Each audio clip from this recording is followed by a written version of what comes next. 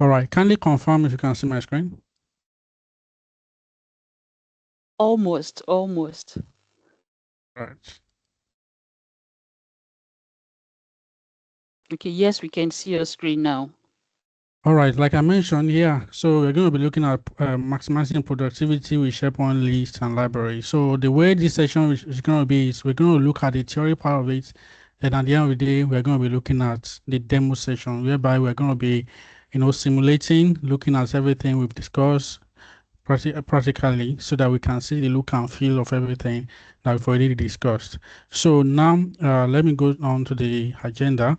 So now if you look at the agenda here, we have the understanding SharePoint lists and libraries, key features and capability, best practices for maximizing productivity, real world, use cases, examples. And of course, we have the demo section, which is actually the main thing, right? Because at the end of the day, it's what you practicalize that you'll be able to remember. No matter what, you need to be able to do it, not just listening to it, so that you can definitely pick it up from there. So now, first thing first is understanding SharePoint lists and libraries, right? So, like we all know, I believe today is not the first session, right, for SharePoint Online. Different thing has been said about SharePoint. So I believe we understand what SharePoint is, right? So now, looking at SharePoint lists and libraries. So SharePoint list is actually a kind of data storage, right? Or item whereby you can just in the lemma, just the way you store your items, right? So from here it says SharePoint list organize data items in a structured format similar to database tables for easy access. So now if you look at the table, right? When we're talking about table, we are looking at Excel, right? Microsoft Excel. So same way you think about Microsoft Excel, same way you also think about list. So list is like an Excel whereby you have a table, and on an Excel you have the column and you have the rows, right? But inside the list you have the column. Not necessarily having a row, I mean a column, I mean sorry, a row, but you definitely have a column inside the SharePoint list. And when we go to that demo session, I'll be showing us what I meant by that. Then, of course, we have tracking information. So list help track items, contacts, inventory, and other important information within Teams, right? So if you have, for example, you have item to track, you can definitely use, if you don't want to use Excel, you can definitely come to SharePoint Online and you can use your list, right, to gather those data together. And of course, you can export them as a CSV file or as any maybe JSON and every other thing, right? So of course we have supporting collaboration. So for list actually supports collaboration in the sense that more people can work together at the same time without anyone interrupting, the other person. So just like you have it online, like real time, you can share a list with anyone within your team, and from there they will be able to, you know, be able to understand what you are saying, try to work with you on that same list, try to maybe adjust anything, update the list, and so on and so forth. I believe if we look at the versioning history in the last, just like Rafiah mentioned, we're going to be looking at that. So now, let's now move on to the next thing. So the next one is the SharePoint document storage, right? So we said for list, it's actually for tracking items. Now, what about library? So if you see this, it says SharePoint library serves as a centralized repository for documents and files to ensure organized storage and instant retrieval, right? So basically, when we're talking about lists, we're talking about items, right? But when we're talking about document library, we're talking about files, we're talking about folders, right? And every other thing that has to do with that you can definitely put in and of course maybe download and all of those things, right? So for document library, we're talking about version control, right? So they enable version control to track document changes and maintain historical version for accountability and recovery. So all these things I'm going to be showing us during the demo session so that we can see, how to control versioning on a document library. And of course, we have the metadata tagging and collaboration. So on a SharePoint site, there's what we call a metadata. Metadata will allow you to be able to tag your document accordingly. And that is what we call a taxonomy, right? In SharePoint, we have what we call taxonomy. I think we are still going to do that. And of course, we have taxonomy, right? So taxonomy is the one that has to do with only the document library, right? But the taxonomy is the content for everything, where we have the term store and the term sets, right? So, but for SharePoint library, you can actually have a metadata to segment your document accordingly. So let's say, for example, you have document A, you have document B, you have document C, you have document D. Let's say document A belongs to Rafiah and document B belongs to Rotimi, right? So you can create a metadata or its term store or a term set, right, to be applied on those documents so that you'll be able to differentiate them accordingly. Then, of course, we have the key differences and similarity between lists and libraries. Lists organize data entries. Lists focus on organizing data entries using customizable columns tailored to specific information needs. Library handles file, like I mentioned the last time, right? Library handles files, while list handles items. So what it means is that inside a list, you can upload documents inside a list, right? But you can create documents, and of course, you can say you want to update, or you can upload your template that you want to use inside a list. But inside a library is where you can, update all your documents, put in all your document that you want to put in inside your SharePoint list, and of course you can work it from there. And of course we have the featured shared features like both list and library support metadata versioning and of course permission for flexible and secure data management. So both list and SharePoint library, both of them support metadata. Metadata is saying that you can segment your items accordingly. You can say, okay, this item belongs to this also person.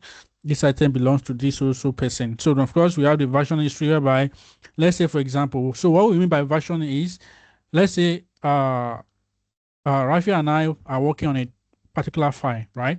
So I made an adjustment or kind of edit on that particular document, and Rafi just came and said, "Oh, I'm not supposed to do that, right? I'm not supposed to update that document. So I need to get back what I've done yesterday ASAP. Like I need it immediately. So for SharePoint library, you don't need to panic. So there's a feature for that for you, right? Which is actually versioning. All I have to do is to go to that version, look for the time that Rafiah updated that item last. Then of course I can revert back to that particular, updates that she just made, so she can be able to use maybe for presentation that you want to do maybe in the next 5 minutes or in the next 10 minutes, right? Now you see the reason why versioning is very important. And of course you have permissions, right? So inside SharePoint libraries, you can segment permissions. You can say, okay, I want to give this person, the owner's permissions. I want to give another person maybe edit. I want to be able to give another person view only, right? So all these things I'm going to be showing us in the demo session when we go into the demo session, right? But just want you to know that, okay, in SharePoint library and list, just the way you have it on the old SharePoint, also in list and libraries, you also have SharePoint permissions as well, whereby you can segment accordingly. Then let's move on to the next one. So the key features now and capabilities. Key features and capabilities. So let's look at it. So now the first thing here is data organization and storage options. So we have custom columns. Like I mentioned the last time, look at the list like an Excel, right?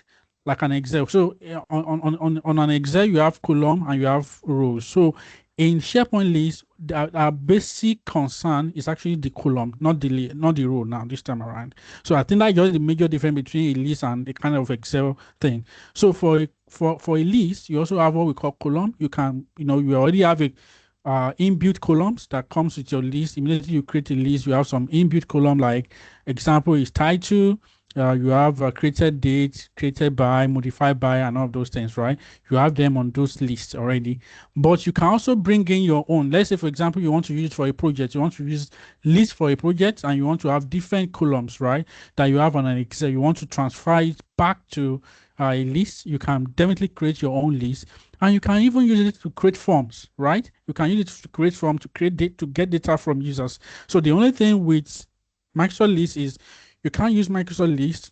You can't create a form within Microsoft List that can take data from people external, right? So if you need anybody to take, we need to use form within take data from external users. So that means you need to enable anyone with the list. Anyone with the link, right? So that they will be able to have access to it, or you can add that person directly to the SharePoint line, maybe giving particular kind of permission, because what we said is SharePoint Online is an intranet, right? It's not an internet. It's not available to everyone. It's not like, okay, it's not like CNN, BBC that you can just go to and have access, right? So SharePoint is an intranet whereby it's only available to people that you give access to.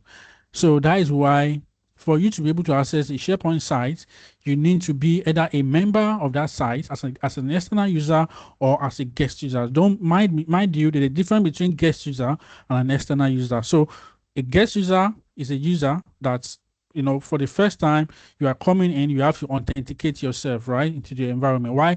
An external user is just a user that, okay, maybe for that particular point in time, you just want them to use it, like you just added them, you're not adding them from the Azure Intra, right? Whereby you're going to register them and they're going to accept the invitation. So for guests, you need to accept the invitation. For external, you don't need to accept the invitation. That's just by the side, okay?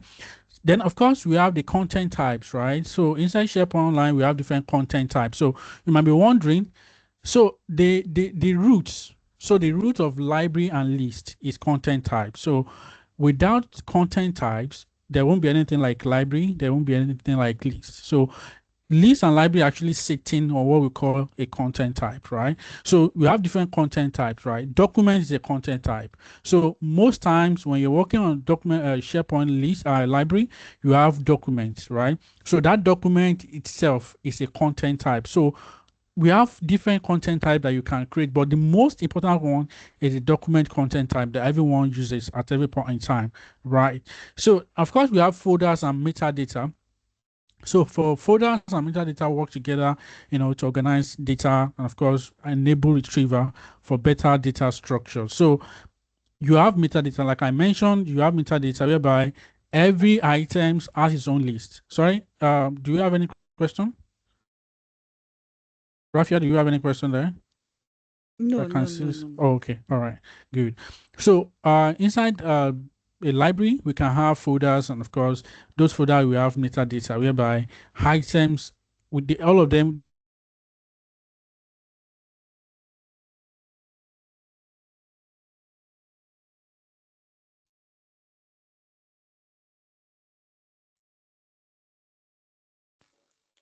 Seems we lost in there.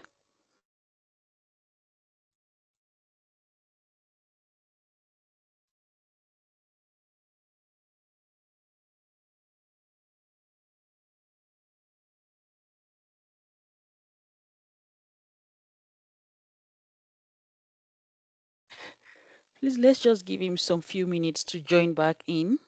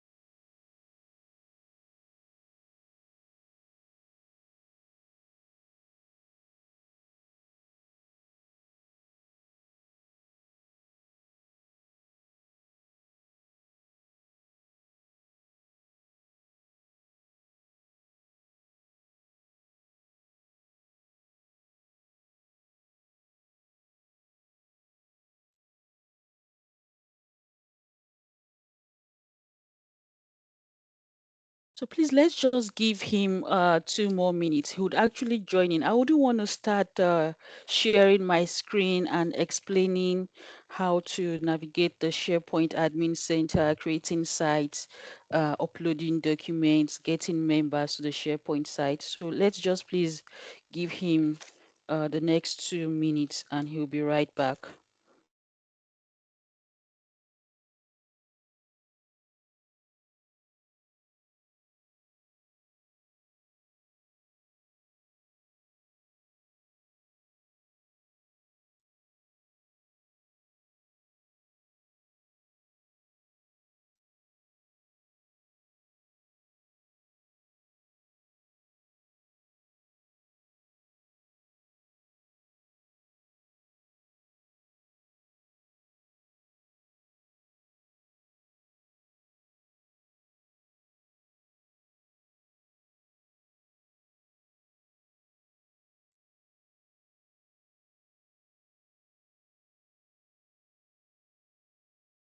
Hello, Tim. Can you hear me? Hello. Can anyone hear me? Welcome back. All right. Yes. Oh, Yes, we can. sorry. Sorry for this. I had a disconnection from my hair. I'm so sorry about that, please. So I'm going to be sharing my screen back again.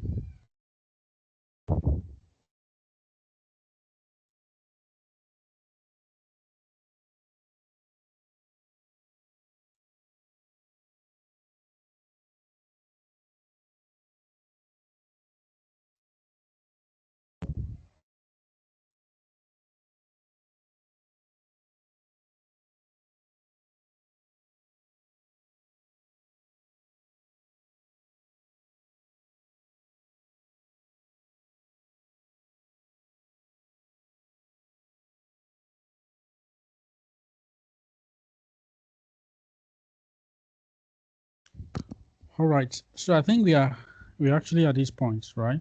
The metadata tagging and collaboration. All right. So like I want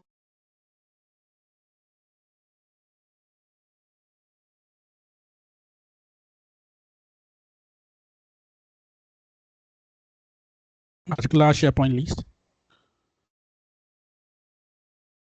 Okay. So in a particular SharePoint list that you have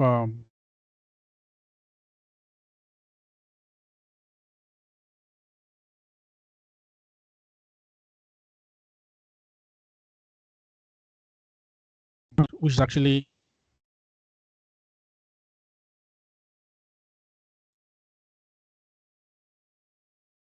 Rafiah, can you hear me?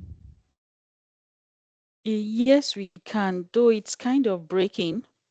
At a point, right? Yes. I'm actually using But I think MTN it's network. I'm not sure what is happening. Yeah, is it better? better. It's better now. Oh, okay, good. All right. Okay, so let me quickly move on because of the demo session, which is the most important thing. So I'm going to move on very fast so that we can go on to the next thing.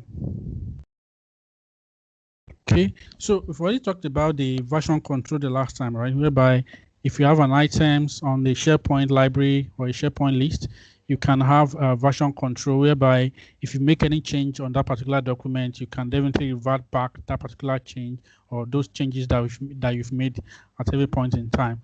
And you have user permission on those libraries and you have them on the list, whereby you also have metadata usage on each one of them as well. Then we have integration with 365, and of course we have automation too. So with SharePoint document library and list, you can automate it, or you can link it down to Power Automate, you can link it down to Power Apps and so on and so forth. So those features are actually there to enhance productivity because let's say, for example, you want to know people that are coming to class or people that are attending the class, all right? You can like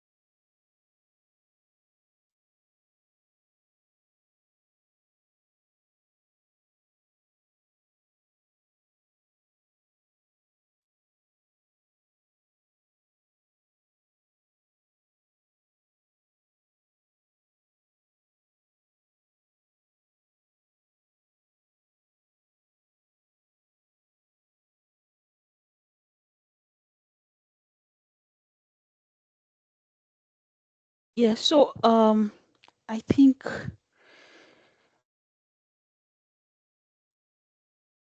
Rotimi is having network issues from the end. So I think what we'll just do is while we wait for him to join back, for those that were not here last week, no, not last week, in the last session, maybe I'll just do a revision of what we covered in the last session. I'm sure we're all familiar with SharePoint being one of Microsoft 365 services. So in the last class, we did look at how to create SharePoint sites, the different types of sites. I think what I'll do now is let me share my screen so we can navigate the SharePoint Admin Center quickly before we have our speaker join back in. Let me share my screen.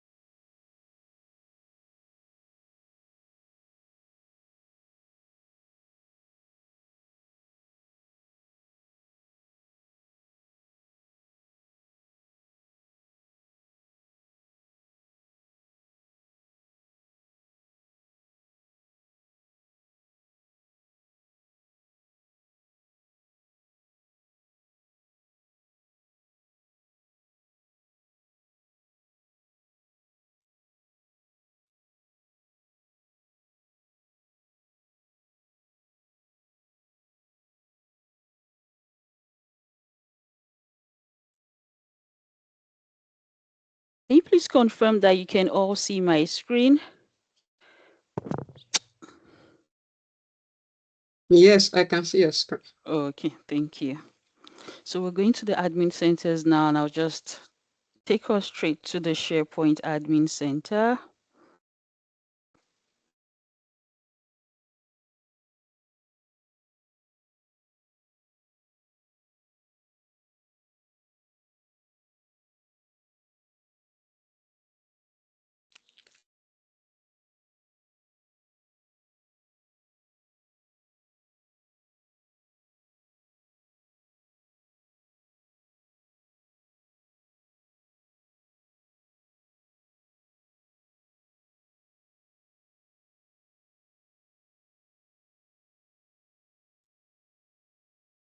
Okay, so yes, right here in the admin center, we can actually, huh.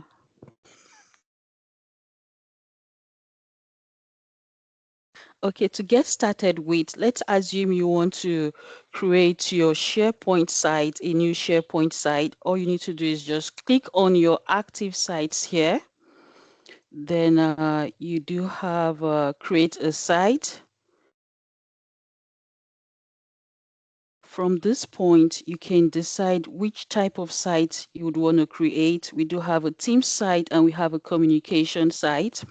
I remembered in the last session, Yomi had explained to us that if at all you want to create a team site, because the difference between this team site and this communication site is that for team site, a team site actually comes with a Teams group, right? A Teams group. So if you want to create your team site without a Teams group, you can just come down here, click on browse, then you create your team site. This would actually come without a a Microsoft 365 group. Sorry, I did say a group, a Microsoft 365 group. So that's when you want to create a team site without a Microsoft 365 group. You use this option. But in our own case, let's say we want to create a team site that has a Microsoft 365 group. This is the option you're going to make use of.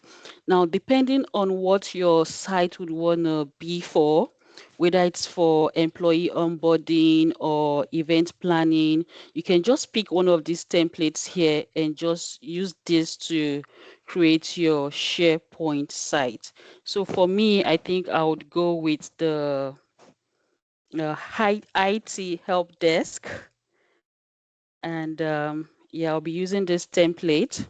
I'll give my site, my active site, SharePoint site, a name, IT team. So give it a description, IT support.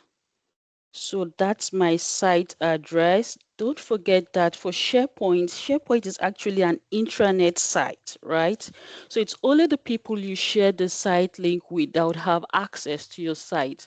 It's not like your popular website that you just go to, anyone can visit the website. No, this one is just intranet for those within your organization and those you share the site link with. So who's going to be the group owner? That would be me, Rafiah.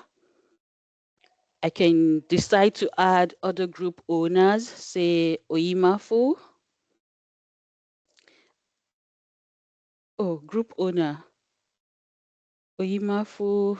Oh, I was thinking I'll be here together with Oyimafu. Oyimafu would be here with me. Do hold on. Oh, that means I can only have one group owner for my SharePoint site. So I click on next.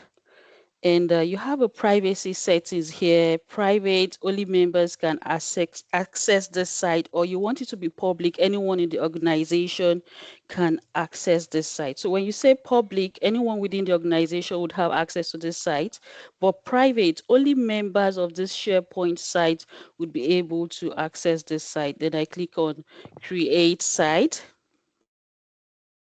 Now, I'll be adding members. I want to believe you can have more than one owner for a SharePoint site, but let's go ahead with adding members to this SharePoint site.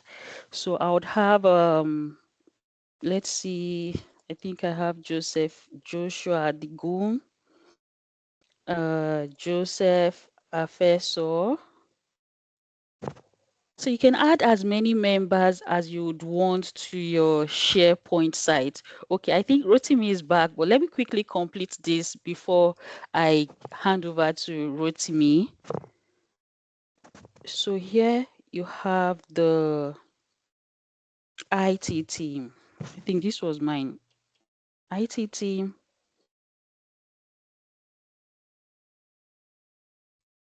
Okay. Let's see who are the members here.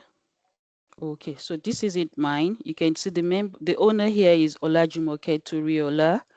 So the one I created is the IT team. And this is the owner here. I did say that you can add more owners. So I'll just add another owner here. Oyimafu. Sorry, Rotimi. I didn't want to start. So yeah, I do have another owner here. So I'm just gonna close this and yeah, that's how you create an active site. If you also want to delete the site, you can do that. If you want to restore a deleted site, you can also do that. So I'll stop sharing my screen so that Rotimi can continue with the document library explanation and the list document library and list explanation. Thank you so much, Rotimi. So sorry, the network is seriously tampering with the session.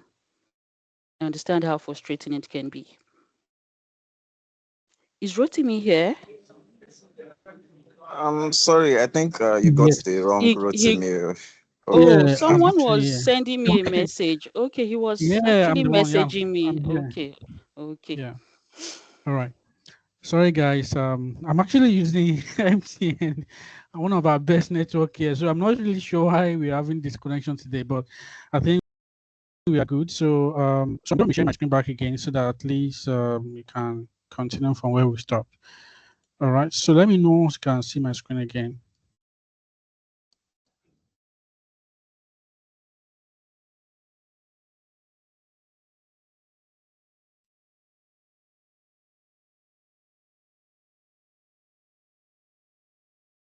Please confirm. Can you see my screen now?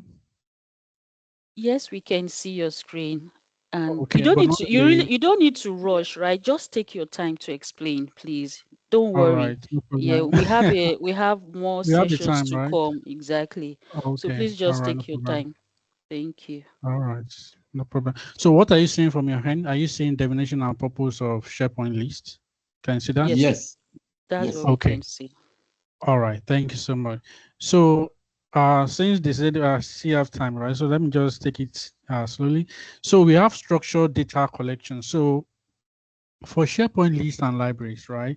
You can structure it in a way that's let's say for example, depending on what you want to do. Let's say for example, like I mentioned the last time, you want to take attendance, right, for your organization, and you want to use a list to do that. You don't want to use the manual way of doing it, like maybe Excel, this Excel, don't want to use Word and everything.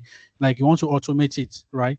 You can use list to do it in such a way that okay, you have the time in, time out, the time the person actually comes in, then maybe you want it to go through approval as well. You can make it to go through approval, right? So you can do all those things inside list. So depending actually on what you want to do at every point in time, you can use Microsoft List to actually achieve that.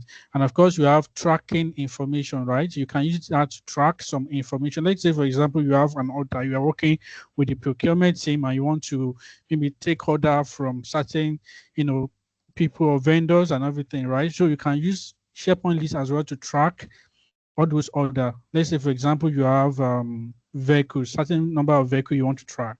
You can use SharePoint list to do that. And of course, you can. So one good thing about SharePoint list is this power of power automating, right? You can put it inside list, and of course, it will do the whole work for you. You can use it to track anything you want to track, even within the SharePoint online list. And of course, you have the colors, right? You have colors within SharePoint list to say, okay, everything that has to do with Toyota should be red. Everything that has to do with maybe bench should be blue and all of those things. So when we started the demo session, I'll be able to show us all those things, how to do it within SharePoint list. And of course, we have the supporting collaboration. So like I mentioned last time, SharePoint list actually supports collaboration, meaning that someone can be here now, for example, and someone is somewhere else. You can definitely share it with that person, and both of you can have access to that particular list or to that particular library, depending on what do you want this person to be able to do. Do you want this person to be able to make adjustment to everything you are doing? Like, do you want this person to be able to share it to external parties? All those options, you can do that within Microsoft List, right? Or within Microsoft document library. So those are the options, right? It gives us that particular ability for you to collaborate. It gives us that power to collaborate, for us to work together, and for us to be, on the same page at every point in time. So that is what Microsoft List actually does for you. Then moving on to the next page now. Sorry. Okay, so we've already talked about the version control. I'm just going to move past.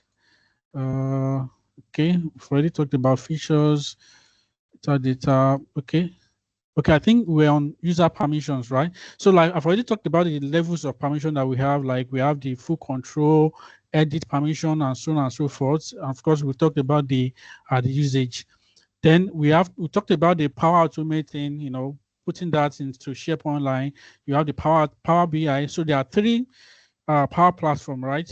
Basically that you can embed to SharePoint list or library. So we have Power Automate, Power BI, or Power BI, Power Automate, Power Apps, yes, which is the third one, right? That you can embed. So those options are actually there. You can say, okay, I want to link this to my Power Automate, I want to link this to my Power Apps and everything. You can do that within SharePoint list or library, right? You can see the way it will make your work to be easy, right? You can make it so basically the list and library will make it very easy for you to, to work with your, with your data at every point in time. And of course, you can automate different things within SharePoint lists or libraries as well. So now, let me move on to the next thing. So the best practices now. So let's move on to the best practices. So we have clear naming conventions. So let's say, for example, on lists or libraries. So it is it's very, very important for us to write the correct names. Let's say, for example, on a particular list now, you want to create a list for maybe for the HR team. So don't just write, okay, maybe HR or something. Maybe you want to write HR, you now wrote IT or something like that. So it will confuse people. So it's better you put the correct naming convention there so that at least anybody looking at anything within that particular list will be able to say, okay, this particular list belongs to the HR team. This particular list belongs to the IT team and so on and so forth. So we have logical folder hierarchies, right? So within the list, within list, like I mentioned the last time, right? Items is for lists, folders and files is for libraries, right? So inside the folder as well, you can also have hierarchy. So you have the root folder, you have the subfolder, and so on and so forth. Then we have the consistent, metadata. If you apply anything on a particular folder, let's say, for example, you apply a term store in a particular folder, it will definitely go down to the even to the root of that particular folder. Everything within that folder, we inherit everything you've actually applied to that folder. I'm going to show us when we get to the most important section of this, right? And of course, we have views, filters, and custom columns. So one thing that Microsoft is still working on at the moment with Microsoft List is what we call the threshold. Right. So for every list and libraries, we have what we call the views, right? For every list, now let's take for example, Microsoft recommend for you to actually have like 5,000 items within a particular a list, right? List view. So does that mean that you can only store 5,000 items within a document library? No. So that means you can even store up to like 30 million files inside a document library. You can store up to like 30 million files within a document library, but can you put 30 million items in a single list? No. What will happen is that it will affect a lot of things. It will affect your permission. It will affect the even the functionality of that particular list or library. So what do you do? What we Microsoft recommend for you to do is to break it down into different views, right? You can break it down into different views, or instead of putting all the 30 million items inside a singular document library, you can create multiple document library and put them there. So this is one of the issues you're going to be facing when you're working with SharePoint lists or libraries. So if you don't segment your SharePoint lists and libraries properly, if you don't have the right information, then you will run into different issues. We have seen issues whereby people migrate from on-premises to online. But because they don't do the right consultation, you can say, okay, I can do it and can do that and everything. Before you know it, everything will just move to a singular document library.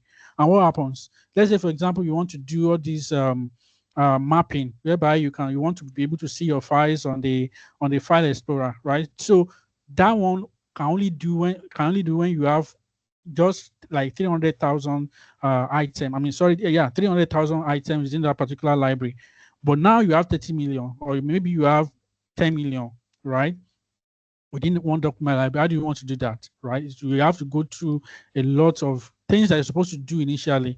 When you're trying to migrate, you have to do it again because it will cause an issue. So it is better when you are doing migration, maybe you are coming into SharePoint Online, it's better you consult the right person, consult what you're supposed to do, go to Microsoft documentation, go through the community platform, and of course, try to understand how to migrate, right? So that you don't run into all these issues. So you need to have, like I mentioned, you need to have different views. You need to have different filters.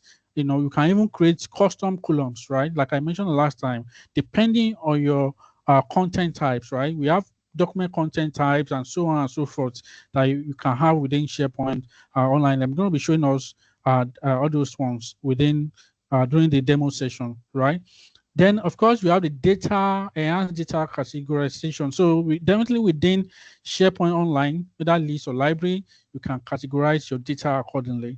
Maybe you want to do, let's say, for example, now you want to you want to have like data for warehouse, data for this, data for that, you can categorize them accordingly, and you can have different columns for them, which can make your work so easy for you to do. So that you don't run into any issues, and of course you can achieve everything that you want to achieve at every point in time. Then apart from this, we also have Alert, Workflow, and Power Automate. So I'm going to be using this platform now to announce something that Microsoft actually mentioned lately. So the native Alert, right, is retiring. Microsoft retiring the native Alert very soon. So what does that mean? So for us that have been using SharePoint, or maybe you have been taught before in our last session, if you are working with SharePoint lists and libraries, there's what we call alerts, whereby if anyone is working on a document, you can set it in such a way that if anybody deletes anything within SharePoint Online list or library, you should get an email, right? So those are the native kind of alerts that you get within SharePoint. But what happens now is that Microsoft is moving everything to Power Platform, whereby you need to set like a you need to put like a flow, right, on that particular library, whereby at a certain point in time you are working, you can set a flow on that particular list so that if anybody does anything, it will alert you. And of course, you can take it from there. Then we have workflow. And like we all know, right? Info part is gone, right? Info part is gone. We don't have info part again. So what do we have? Everything is now into Power Automate. So Power Automate is a very good tool for us to learn. So if you are learning SharePoint Online, I will also recommend that you also learn Power Automate, Power Apps, and Power Platforms, because they work hand in hand. So everything is good. Some of the things are being moved from SharePoint Online now towards to Power Platform, because all those automations, all of them has been entire. Some of them has been entire from SharePoint Online and being moved to Power Platform. So, like I mentioned, if you are very good with Power Automate, Power Platform, and you also know SharePoint Online, I mean, you are on the right track, right? But if you only know SharePoint Online and you don't know those things, right, you might have maybe a little bit of challenge, with automating different things. So just know as you're learning SharePoint Online, also side by side with it, try to go through Power Automate. And Power Automate is very straightforward, and we're going to be seeing some of the flows today during this demo session, just to improve the productivity within your organization. Then we have workflow for task management. I've already said that, but workflow, you can create that within Power Automate, and you can automate your tasks, saving time. Something you're supposed to do within 10 hours. With Power Automate, you can even do it and go and sleep, right? You can just have your nap, and Power Automate will continue to run the flow for you. Let's say, for example, you want to reminding someone about something every 7 a.m. every morning, right? So maybe you can do it for the first 10 days, but after 10 days, what happens? You tend to forget it. But Power Automate does not forget, right? If you set it today, everything you are going to be doing, it continue to run it for you, and everything is actually sitting within a list or within library. So it will definitely do that for you, and of course, you can have your data. So list is just like a database, right? For everything you do, SharePoint list serve as a database. You can have all your correspondent, maybe on your emails and every other thing, but your database will actually be your Microsoft list. So now let's move on to the next thing. Okay, read world project management and task tracking. This is actually the real world use cases. So for this one, we have using list helps monitor, task and deadline, improving project tracking efficiency. Now let's say, for example, like I mentioned last time, you have a project coming on, right? You can use list to track those projects, right? You have different columns within SharePoint list. You can use SharePoint list to track them, to track the progress, to track your tasks, the deadline. You can create Power Automate. You can create flow within that days to track your performance, right? To track the deadlines. And this thing will send you an email like regularly, just to alert you on everything that is happening. Of course, we have the progress transparency. Lists provide transparency, allow team members to see progress status, and of course, updates clearly. So on a different list, on a different libraries, everything will be there for you. Depending on the column that you have, right? You can always update your project. You can always update your team members. Team members can get an alert that you make changes to this particular document at every point in time. And then, of course, you have team coordination. So even within SharePoint list, right? We have lists, and we also have Microsoft list. So now, don't get it twisted, right? So you have Microsoft list and you have list within SharePoint. So that list in one way or the other got connected to that Microsoft list that you know about, right? So you also know Microsoft list. Apart from coming to SharePoint Online, there's something called Microsoft list. So if you go back to Microsoft list, you see that everything you are doing within SharePoint inside that list, you'll be seeing it where? You'll be seeing it on your Microsoft list. That is the app, right? So they are all connected together. So that's why you see like Microsoft product most of the time connected together. So I believe in the last session that you talked about different type of sites. You have team site, you have communication site, you have project sites, document center sites, and so on and so forth, right? So that actually speaks to this, right? Depending on the kind of site that you have, all of them coexist. They work together. They work hand in hand. So just to give you the best of the best, right? Then, of course, we have document collaboration and sharing. So, like I mentioned the last time, we have different permissions within SharePoint Online. But another thing you need to focus on when you're working with SharePoint is the storage capability. So by default, let me put this out there. Maybe you want to jot it down, you can jot it down, right? So by default, a SharePoint site, a tenant, has 1 terabyte of storage by default. 1 terabyte of storage. So this thing I want to say right now, if you know this thing, I'm going to say right now, it's going to go a long way to really help you in calculating, your storage. You might not even hear this, you might not even get this inside a document, inside a Microsoft documents, right? This thing I want to say, because the way I'm going to say it, you're going to understand it even better than what it's actually saying.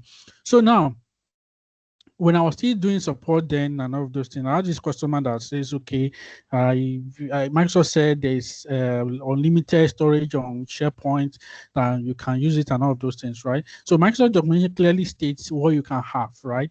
But how do you explain it to that person, to that your customer that you're working with, that, okay, this is how this thing is being calculated. So at this point, I want you to jot this thing down, I want to say, right? Because I'm going to show us in the demo session, but let's just jot it down by default. Right. So now this is the way it works, right? So now let's say, for example, you create a new site today. Automatically, you have 1 terabyte. So put that 1 terabyte by the side. Now, in that tenant, you have 10 users.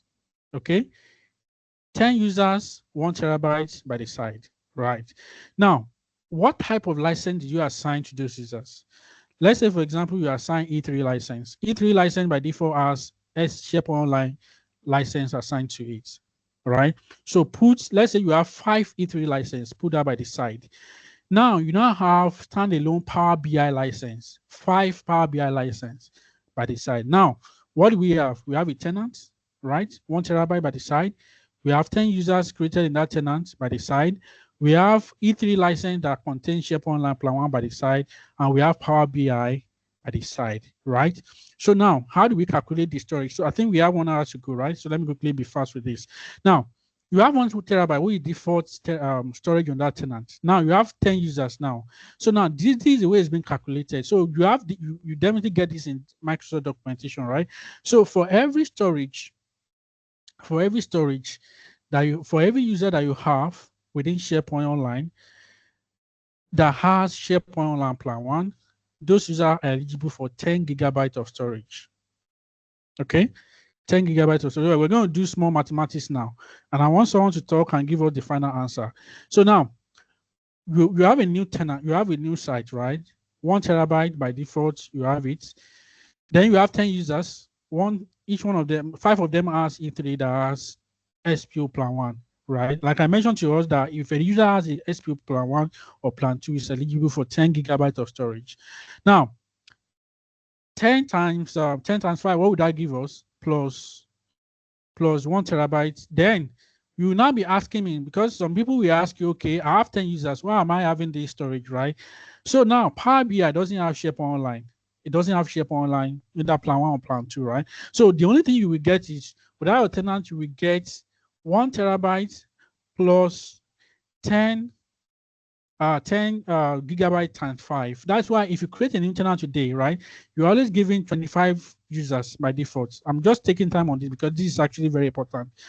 You have 25 users by default. So if you open that your test tenant now, and go to the top of it, from the admin center, you see that you have 1.24 terabytes.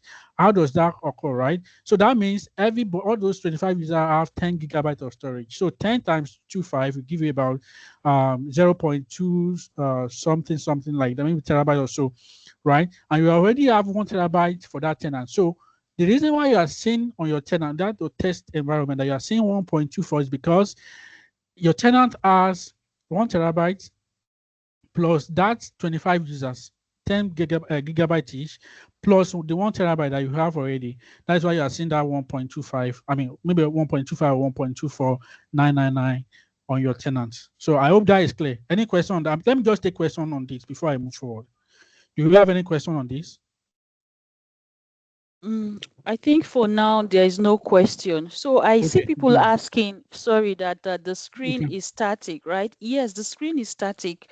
That was where he stopped. That screen was where he stopped in his where he stopped at while he was still explaining. So I think his major focus now is he's explaining to us how we can better understand storage within a SharePoint tenant, right? So it's very important that we listen to the explanation before he moves to the demo session. So he's going to move now to the demo session. Am I right, Rotimi? Yeah, absolutely. So we're Okay. moving on to the demo session so that we can all look at everything we'll be discussing, since, and of course we can definitely, look at them and, play around with them. Right. Okay. So I'm going to be stopping sharing. I'm going to stop sharing my screen and then I will go to the,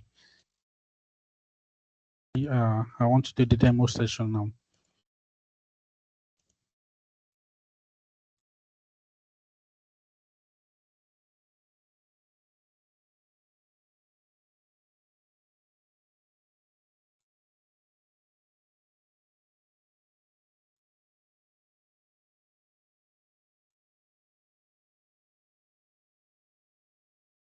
Please, can you confirm if you can see my screen?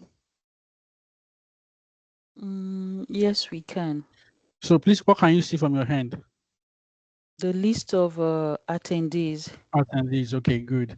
So now let me quickly go here, like we mentioned. Basically, this is a admin center whereby we have all your sites. Like maybe, for example, you have done that maybe in the last session, right? Whereby you talked about different sites and everything, right? So first thing first is you go to your site here and you go to active site. So from the active site here, you can decide to create a new site.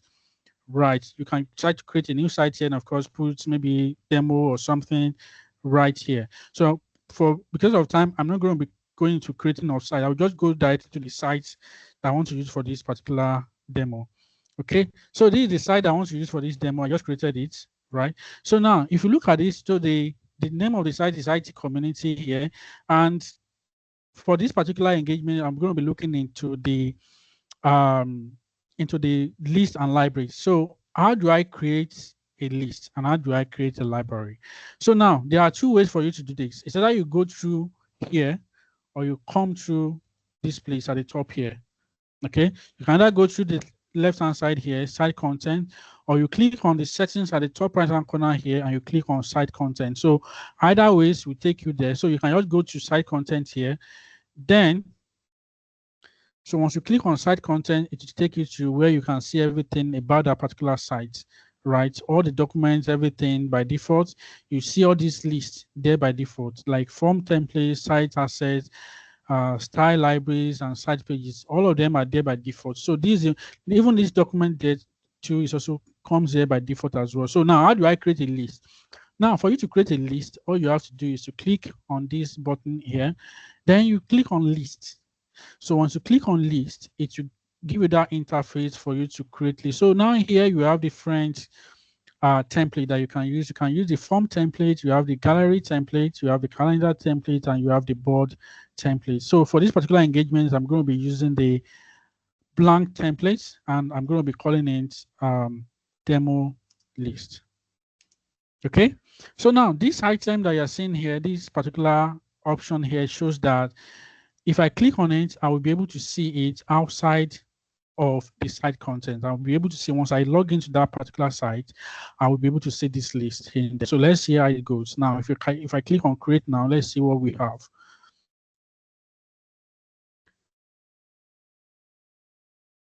So I'm creating it now. So it's getting created. And like I mentioned, because I selected that option, I'm able to see it here, right? Demos list. So this is how to create a list. And by default, you see we have title. That is a default column. These are columns here, and this is a demo. This is the name of the list, which is called demo list. This is the name of the list, and these are the columns that I was talking about the last time. Like an Excel has columns and rows, right? But this particular list only has columns that you can add here. Then at the top here, you have the add items, right? So you can decide to add items here. You can decide to say, okay, I want to add new item. I want to say, okay, these and these. But before I go to adding items, I'm going to be adding columns first before I go to that. Now, what do I want to create? Do I want to create like an attendance list, or let's just say we want to create an attendance list now within this particular list. So what we have to do is to add columns here. So if I click on add columns, you have different kind of columns, right? You have text column, you have choice column. Choice column is like yes, no, yes, or something like that. Then you have dates and time, multiple line of text, persons, number, yes or no, currency, location, image, manage metadata, which I actually talking about the last time. We have lookup column, we have average rating. These are the part of the columns that you can have within SharePoint, not only on lists. You also have these in libraries as well, right? So now for this one now, I want to say, let me just pick date and time, right? The date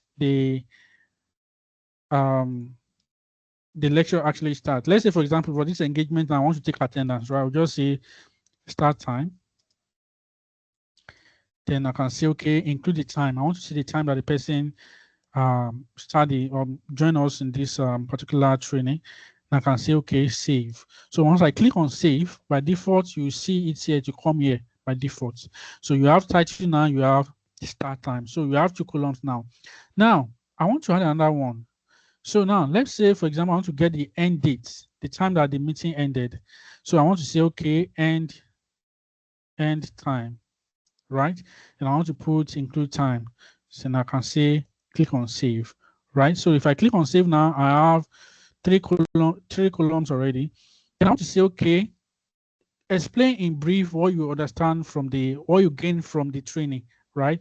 So for that, what will I choose here? We have text, I have choice, I have data and time, I have multiple line of text. So which one will I take? So I can go for maybe text or multiple line of text. So what the difference between text and multiple line of text is that for text, it will allow you to write, that's a certain limit that you can write. But for multiple line of text, it actually gives you that leverage for you to write as much as you can, more than text, right? So for this, I'm not expecting too much, right? Let me just choose text here. And of course, I can say, okay, comment. I can say comment. Then I can say, okay, save. Okay. Now, these are the ones for the users now. These are the things that the user will fill when he's trying to fill the attendance. Now, for for this attendance now, I'm going to go through the approval. I'm just going to go through it now quickly so that we can, look at how it works.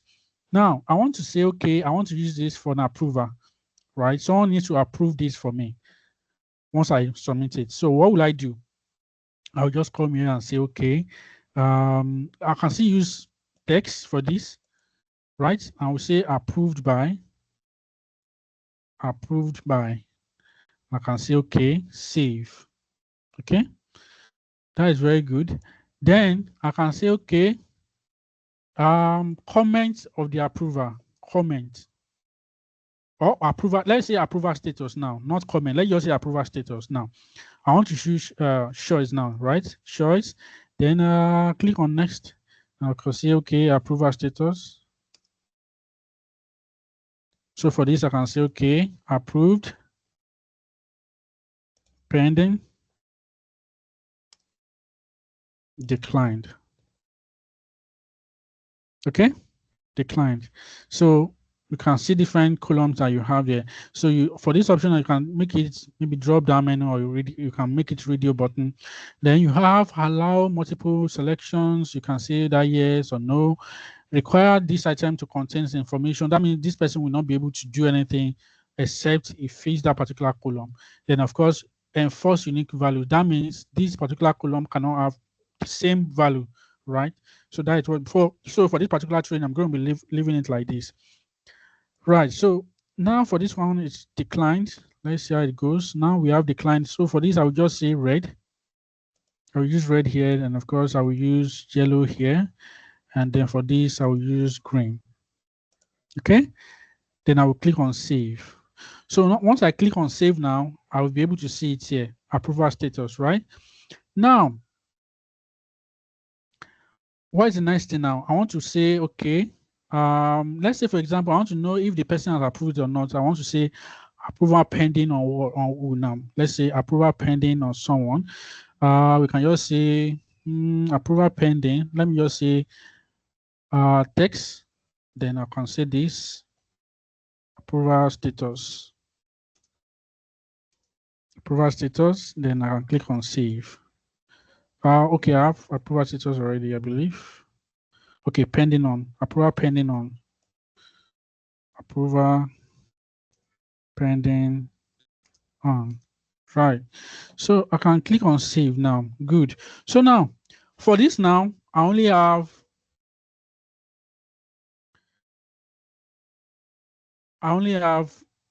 1, 2, 3, 4 to be filled by the user. So what will I do?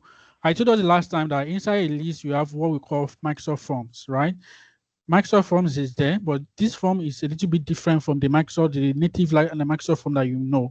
That one is actually from the portal that you can take that, but this one is inside the SharePoint Online, right? So for you to take this now, you can just say, okay, form, for you to take the data, and you can just go there and say create new form. Okay, create new form. I can say, okay, attendance form. I can say, okay, for this title, let's say, for example, I want to change this title now to name. So I'll just leave it as title. I will not let me change it to full name now. Instead of title, full name.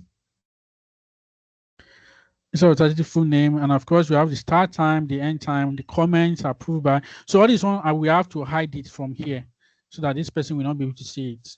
So this one is just for the approval to do. So after that, I can click on save. So automatically it saves by default, right? Okay, good. So I've already done that. I can go back to my forms and I can pick this. So look at this one. It says people in this will be with the link can respond, right? So I can click on create or copy link, right?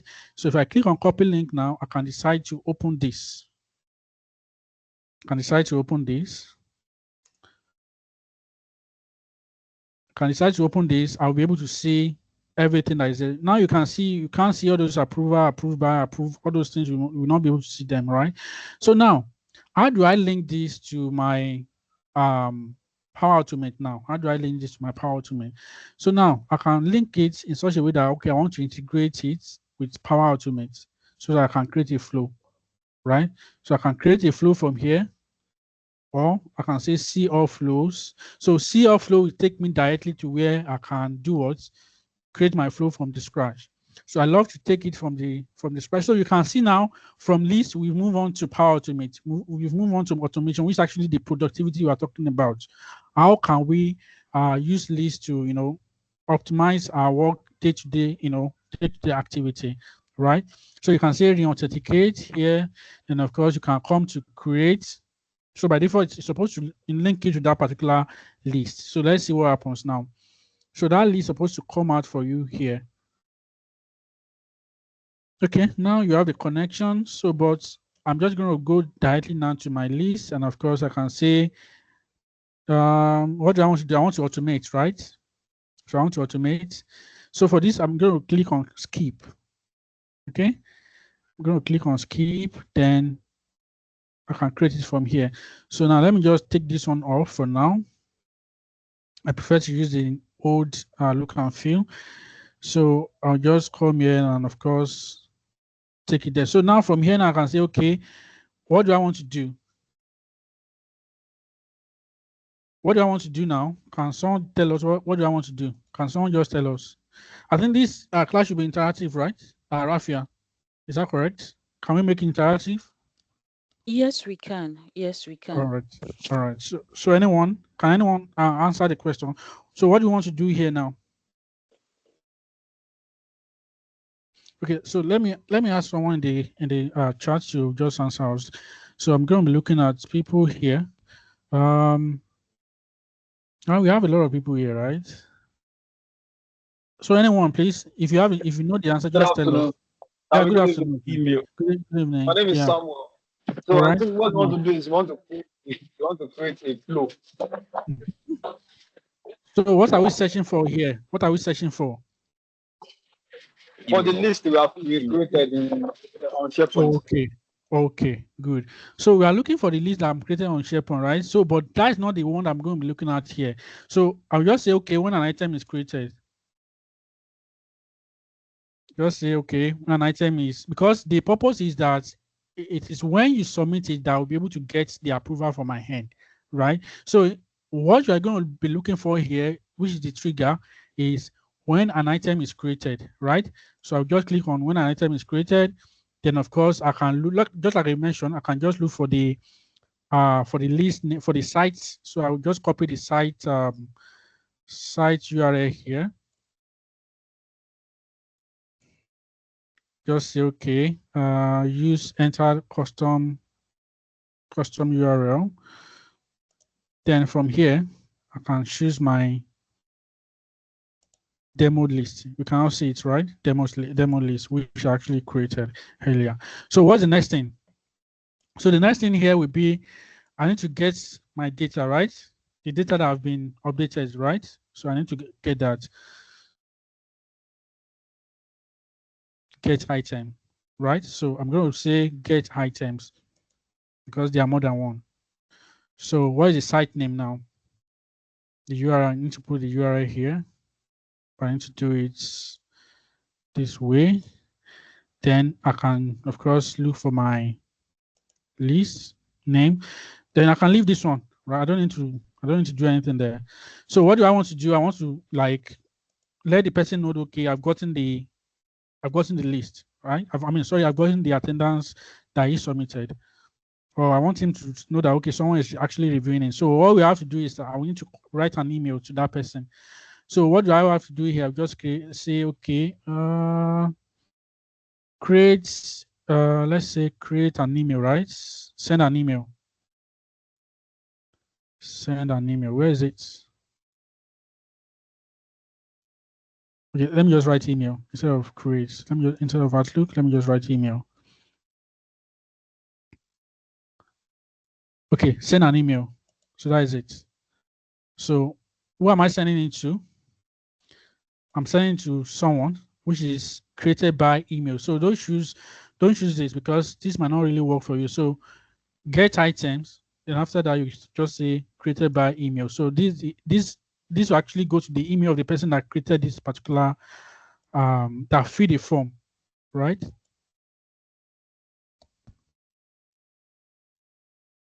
All right. So attendance submitted. I just say attendance submitted.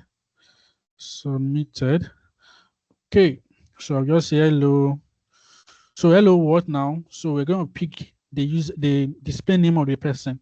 So that created name, display name, right? Created by display name. Then we can come here and say, this is to notify you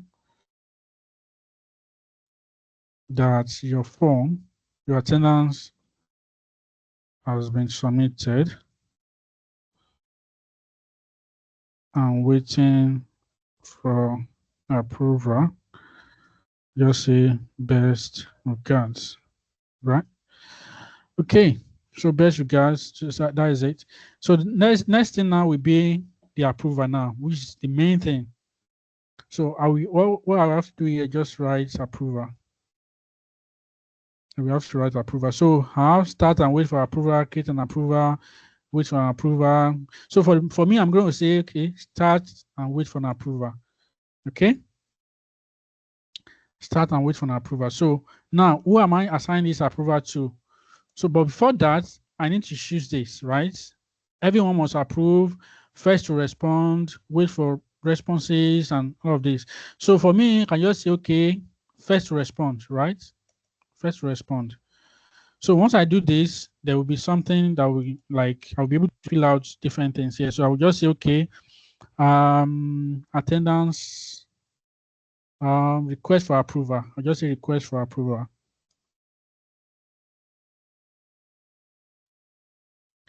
Request for approval, then I will assign it. Let me just assign it to myself.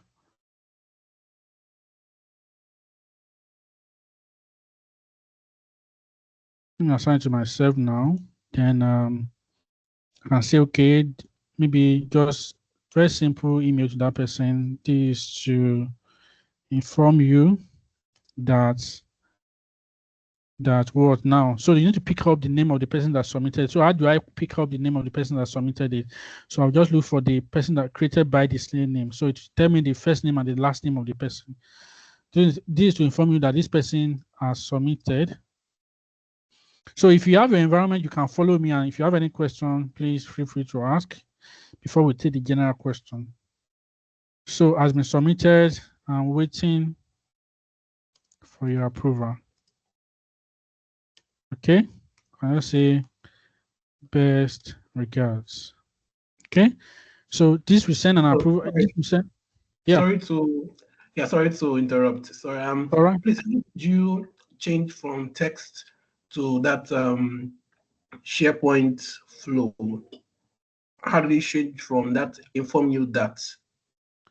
Which part is that? In the details where you said, I would like to inform you that. How did you? Oh, okay. Yes. Okay, this right? Okay, this particular one. So what you have to do here is just to come here and look for the created by. So by default, so what happened is this. Now, let me show you some. Thank you so much for that question. Right. So now you see, this is your list here. So anybody that fills this particular one now, that is actually the created by display name. So just come here and say, okay, scroll down. Just come here, scroll down, look for that particular person. So just come down and say created by display name, which is this. You can see the name of the user who created this item, right? So now you will see it, and of course, you can leave there. I hope that answers your question, right? Yeah. I'm just like the dialog box that popped up. How did you trigger it to pop up? Is what I'm trying to ask. Which dialog box is that? I mean, because before we were not seeing it. We were seeing only the text. So how do you bring out that dialog box where you can insert the created by? Yes, the created by. Okay. Exactly. So basically, okay. Oh, sorry. Maybe because I'm not sharing my whole screen. Oh, I see. So now you want to just click on it, right? Can you see by my side? Can you see this dynamic content? Are you able to see it? Okay, yes, I see it. Yes. So this dynamic content, and this is where you are picking up the created by display name from. Can you see it? So once you click on it now, it will just come up here. Okay. It will always be there by the right. It will always there by the right by default. It will pick it up from your site, and that's why you are connecting to the site. So it will go to your SharePoint and pick it up from there for you. All right. Okay. Thank you. Good. All right. Now, at this level now, an approval will have gone to the person that needs to have, maybe your manager or someone, maybe Rafiah that is organizing the training, just to be sure that okay, you attended the training, right? So now Rafiah has received this. So now we now say, okay, if Rafiah approves, right, or declines, so what should happen? So for that, we just have to put a control there. So you have to select control here, then you can say condition. So when you say condition here, you can say, okay, so what you need to put here, you have to say outcome, right? That is the outcome of the approval. So you just say outcome when outcome is approved, right? When outcome is approved.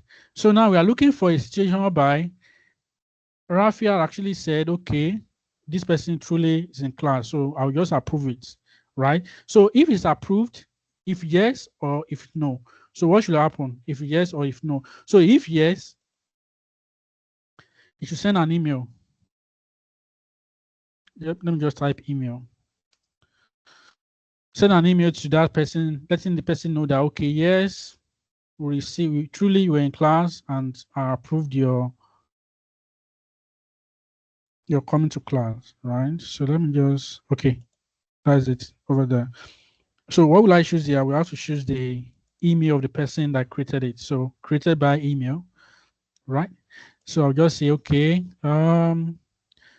attendance approved. Attendance approved. Okay. So I'll just say dear, or maybe I can use hello or something. Let me use hello. Created by. Oh, we still have a long way to go. Let me be very fast with this. Okay. So I'll just say display name. That is created by display name. Hello, this person. This is to inform you. This is to inform you that your request has been approved. Okay. Approval comment. Approval comment. So now you want to know what Rafiah actually added to the approval before he submitted it. You want to know what Rafiah actually wrote down, right, in the comment. So all you have to do is to go where, just come here and say responses, comments. You have to choose this, right? So it's, instead of this, just show you, okay, what did he actually say? What was the reason why he said that, right? You can put it there down. Now, after this, what is the next thing? You want to update your column, right? You want to update your column. So all you have to do is to say, okay, update. So you have to choose update item, which is this particular one here. Okay, so same site as well. You are still, looking for the same site, IT community, then the particular list, choose the list. Then by default, you need the ID. So ID is very important, right? Now, for example, if you don't have the ID, so the ID is always here for emphasis. So these are actually the higher part of it. So if you're just starting SharePoint, you might not really know this, right? But now, let's say you have gone in depth into SharePoint, maybe you have been using SharePoint for a certain period of time, and you want to know the ID for this particular list, right? All you have to do is to come to list settings here. Then you have to, by default, you will see the ID. The ID is this. So this is the list ID. This ID here. So same thing. So this guy now is coming here, right, to pick it up. So it's always very important that you choose the ID of your column, right? That's why we are saying get item, because by default, Power Automate will go to SharePoint list and obtain this ID here. Now, what happens if you change your list name? So if you change the list name, automatically your ID will change. Okay, your ID will change. So we always recommend that instead of going for the list name, you always go for the ID item, ID, something like that. So just this number, this is what you actually need, basically. But Power Automate has done that for you. Pick it up for just select it from here. And what do we want to do now? We want to update the approver. Who approved this, right? So here now, we'll just say, okay, who approved this? That is the name of the approver. We'll just come here and look for the approver name. So that's the name of the approver. That is the person. Then I will say, okay, the value, pending status, right? Here I can say, now it has been approved. I will say approved, right? I'll say approved. And of course, approval pending status. Here now I can say, okay, yes, none, right? It's not pending. It's no more pending. It's not pending on anyone, right? So now, before I move on, let me quickly introduce this to this part here. I'm supposed to add this approval. I'm supposed to update this one here as well, so that you can know at every point in time. Once you submit it, you are waiting for approval, right? So all you just have to do is to come here and say same thing, update item. So you update item here. So same thing you do for the site name. Then you select the list, and of course you have the ID. You have the ID. So approved by. So I'm not going to feed this, right? So pending on what? On who now? So I'll just say for this training, I'll just say Rafiah, right? Just pending on Rafiah. Then approval status. I'll just say, okay, this is pending. This is actually pending, right? So it's pending now. So now that means immediately you submit your form, automatically SharePoint will be updated the column will be updated to contain pending and Rafiah, right? So let's watch and see what happens. Now, so we've done this part now. Okay, use yes. Okay, send this. If no, do this, right? So if no, let's do if no now. So if no, same thing. An email will be sent. Email will be sent. Email will be sent, and you can say, okay, attendance rejected. Attendance rejected, and can say, okay, hello. So I have to pick the name of the person created by display name.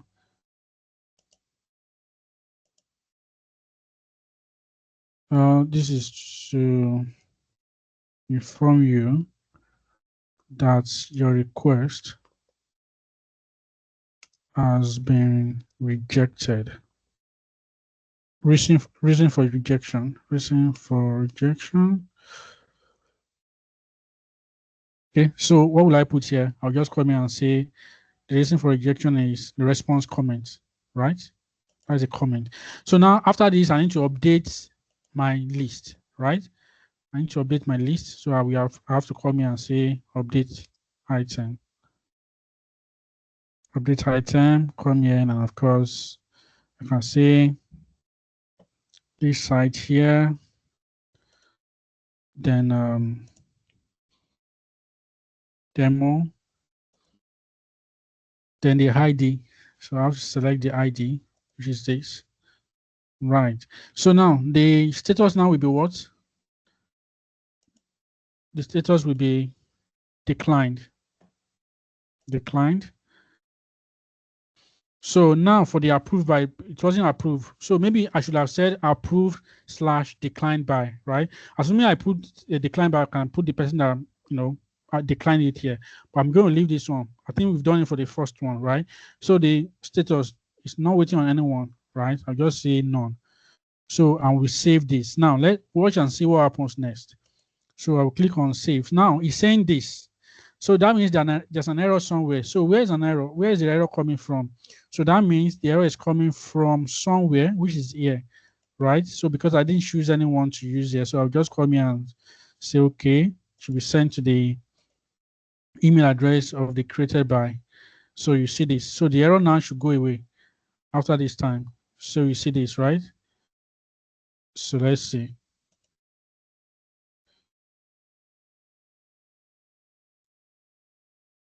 Let's see what happens. So now I said your flow, updating get attempt to use can improve it. Yeah, this one is just information. So I think we are good.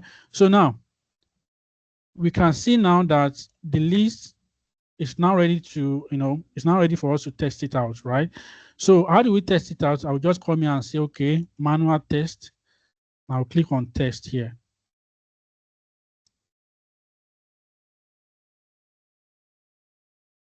Right, so I'm testing it out now. So watch and see what happens. Now, before I fill the attendance, so look here, let me show you something here. Now you can see now nothing is here, basically, right? So now watch and see what will happen. So I'm going to fill the name of say Rotimi here. Then the start time, I'll just pick random time. Then the end time, I'll pick 1 a.m. This noted. Just write something, maybe noted or something, right? Then click on submit. So once I click on submit now, so what will happen? Let's watch and see. So now, let's see. So before we see this, right? So if you refresh here, what will happen? So now you see this, right? The start time, the end time, and you see this particular one is now stating there that, okay, it's waiting on Rafiah, which is actually what we updated over there in the flow. I hope we remember, right? The part that we updated Rafiah there as the person that is approving. Who remember this? Do we remember this part?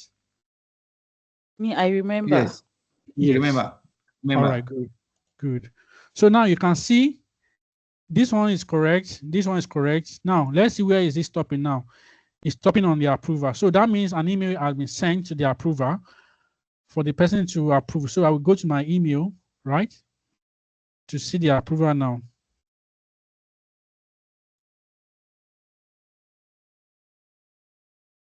Or I can go through my teams, right? 52, yeah, I think that is it. Okay, it says here that this to inform you that this person has submitted. Did you remember when we put created by the other time display name? Who remember that? Did you remember? We all do. I want to believe we all do. Yeah. Okay. All right, good. So now you can see we have the display name here submitted and waiting for your approval. So what happens here is that I'll just come in and say, okay, approved. So if I say approved here and I click on submit. So once I click on submit and you come here to the flow here, so what happens? I will get an email and everything. So there we go. So now let's go back to the list now and refresh. Let's see what we have. So automatically it changed, right? So Rotimi approved, and we have the approval status to approve. And of course, the pending is, approval is not pending on anyone. So we said none. So you can see the way it is now. So with this one now, we'll be able to see how to actually, use it to like optimize the process for us. So this is just a tip of the iceberg, whereby there are a lot of things you can definitely do with SharePoint lists and all of those things. And in fact, I just got an email. That email that I got, right? Okay, I think I have a flow. That okay, I think this is it, right? So hello Rotimi, this is from your request has been approved. Approval comment is approved, right? That is the email we sent. So you can see with SharePoint list now, you can definitely link it up to to lists. You can link SharePoint list to your flow, to your Power Apps and every other thing, right?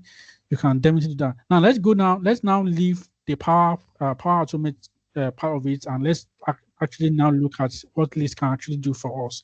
Yeah. Right. So now here. Sorry, Rotimi. Okay. Just before you continue, I think we have somebody here, Shitu. It seems Shitu has a question. I just want to be sure that it's within this what you've just covered now before you move to the next part. Shitu, you can unmute to speak if you don't mind.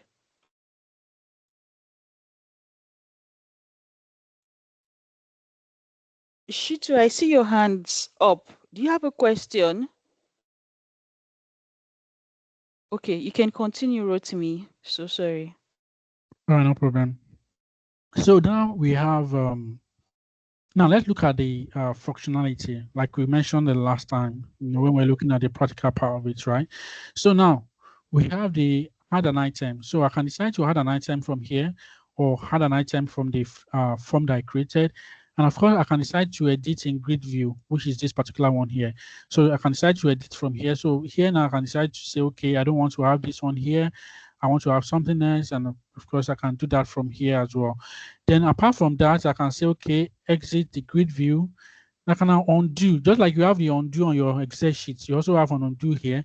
Then you can have the sharing option. So here now you can decide to share maybe with people inside the organization or people outside the organization, right? So you can come here and say, okay, you want to share this with, with someone, and you have different kind of permission here. These are just the little permission that you have. So we have more than this. I think when we are doing the list permission thing, we can definitely ask more questions here. But these are the three major permission that you can define on this particular list here. But we can have more than this, just like I mentioned. I'm still going to show us how to do that.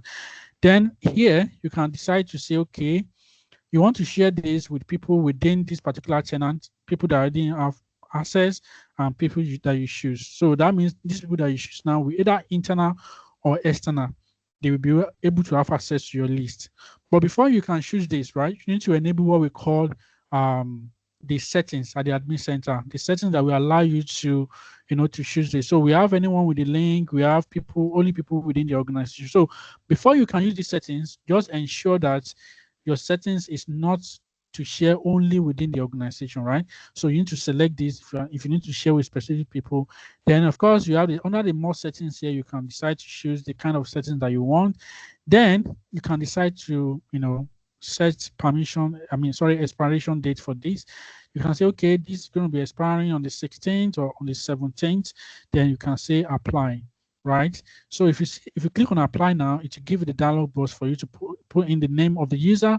Then let's say, for example, I want to share with this person that is external, right? So this user is actually external to me. You see here, it says Rotimi is outside of your organization, and of course you can decide to send this link to that person, or you can decide to say you want to send it directly to the person. So this person will get an email. So this, what I did now is what I called the external sharing the last time, right?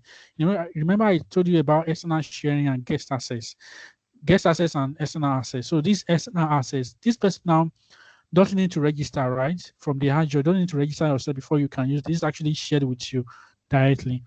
But for that guest, you need to be like an authenticated member of the organization before you can definitely use it, basically. So now we have the copy link. So this copy link, now we copy the link for this particular list, the O of the list. It copy the link for you. Then of course you have the export option. You can decide to export this particular list to an Excel, to CSV, and of course CSV with schema, export to Power BI. So you have all these options here, basically. Then of course you have the automate, right? You have the automate. This is what I was talking about the last time when we were talking about the alert kind of thing, right? So like I was saying that Microsoft is moving from the native alert to the Power Automate. So you can decide to automate this particular alert here, and want to create a rule that, okay, create a rule that if anyone delete anything here, I want to get an email. So if I say when an item is deleted, I will just say, okay, who needs to get the email? Anytime anyone deletes anything here, I will just say, okay, myself, I want to get an email if anything happens here, right? So add custom message here, and of course you can create it. So if I create it now and anyone's deleting anything here, I will be able to get an alert from my hand, right? Then apart from that, I still have under the automate, I can manage my rules and do other things, maybe configure approval. Like I mentioned to us, you can configure approval here, or you can decide to go to Power Automate directly to configure approval. You can create it from the scratch. So Power Automate is just a digression from what we have, right? But just to show us what list can actually do, right? So Power Automate is going to be a kind of training on its own, right? But we can't talk about list without talking about Power Automate. There's nothing you want to do about. You need to talk about Power Automate because that is what will make your work to be seamless. Without Power Automate, without automating things, then you can't enjoy using list, right? Because list is just like an Excel. List is just like a kind of tool that will assist you to, you know, optimize your process and everything, right? Because list is just like an Excel. It's just like a workbook, right?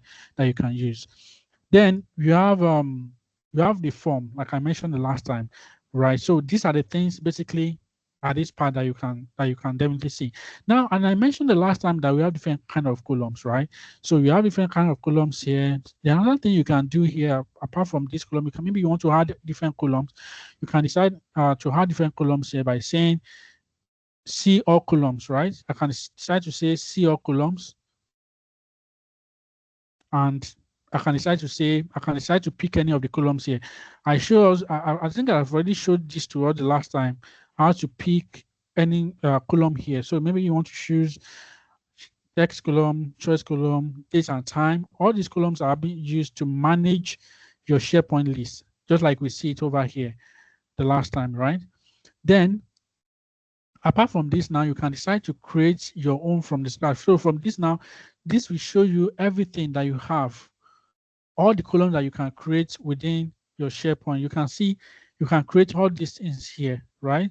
You can decide to create all these things here for your text column. This is a kind of single line of text, and you can decide to create all these columns from here. You can see the kind of columns that you can create from here, right? Depending on the kind of list we are using, right? So now, apart from this, now we can decide to say, okay, inside this column now, I want to see what are the type of column that I have. So with that, I will have to come to the settings at the top here.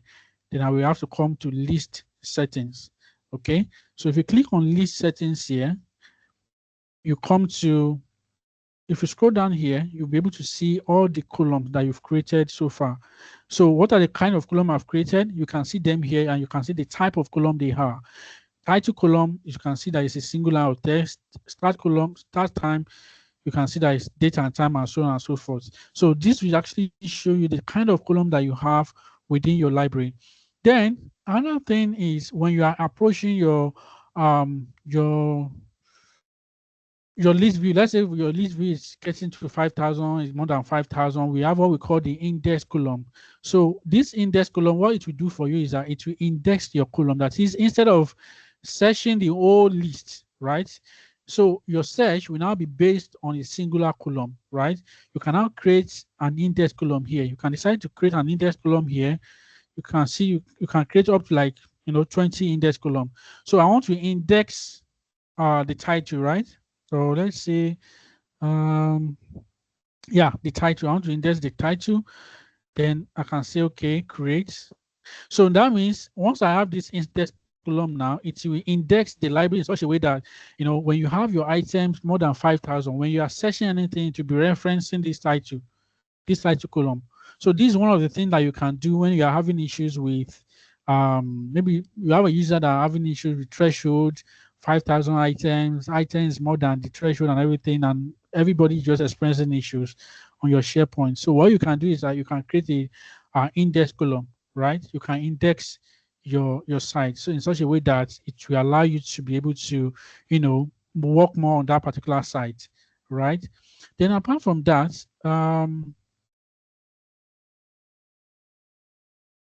let me go back to these settings here.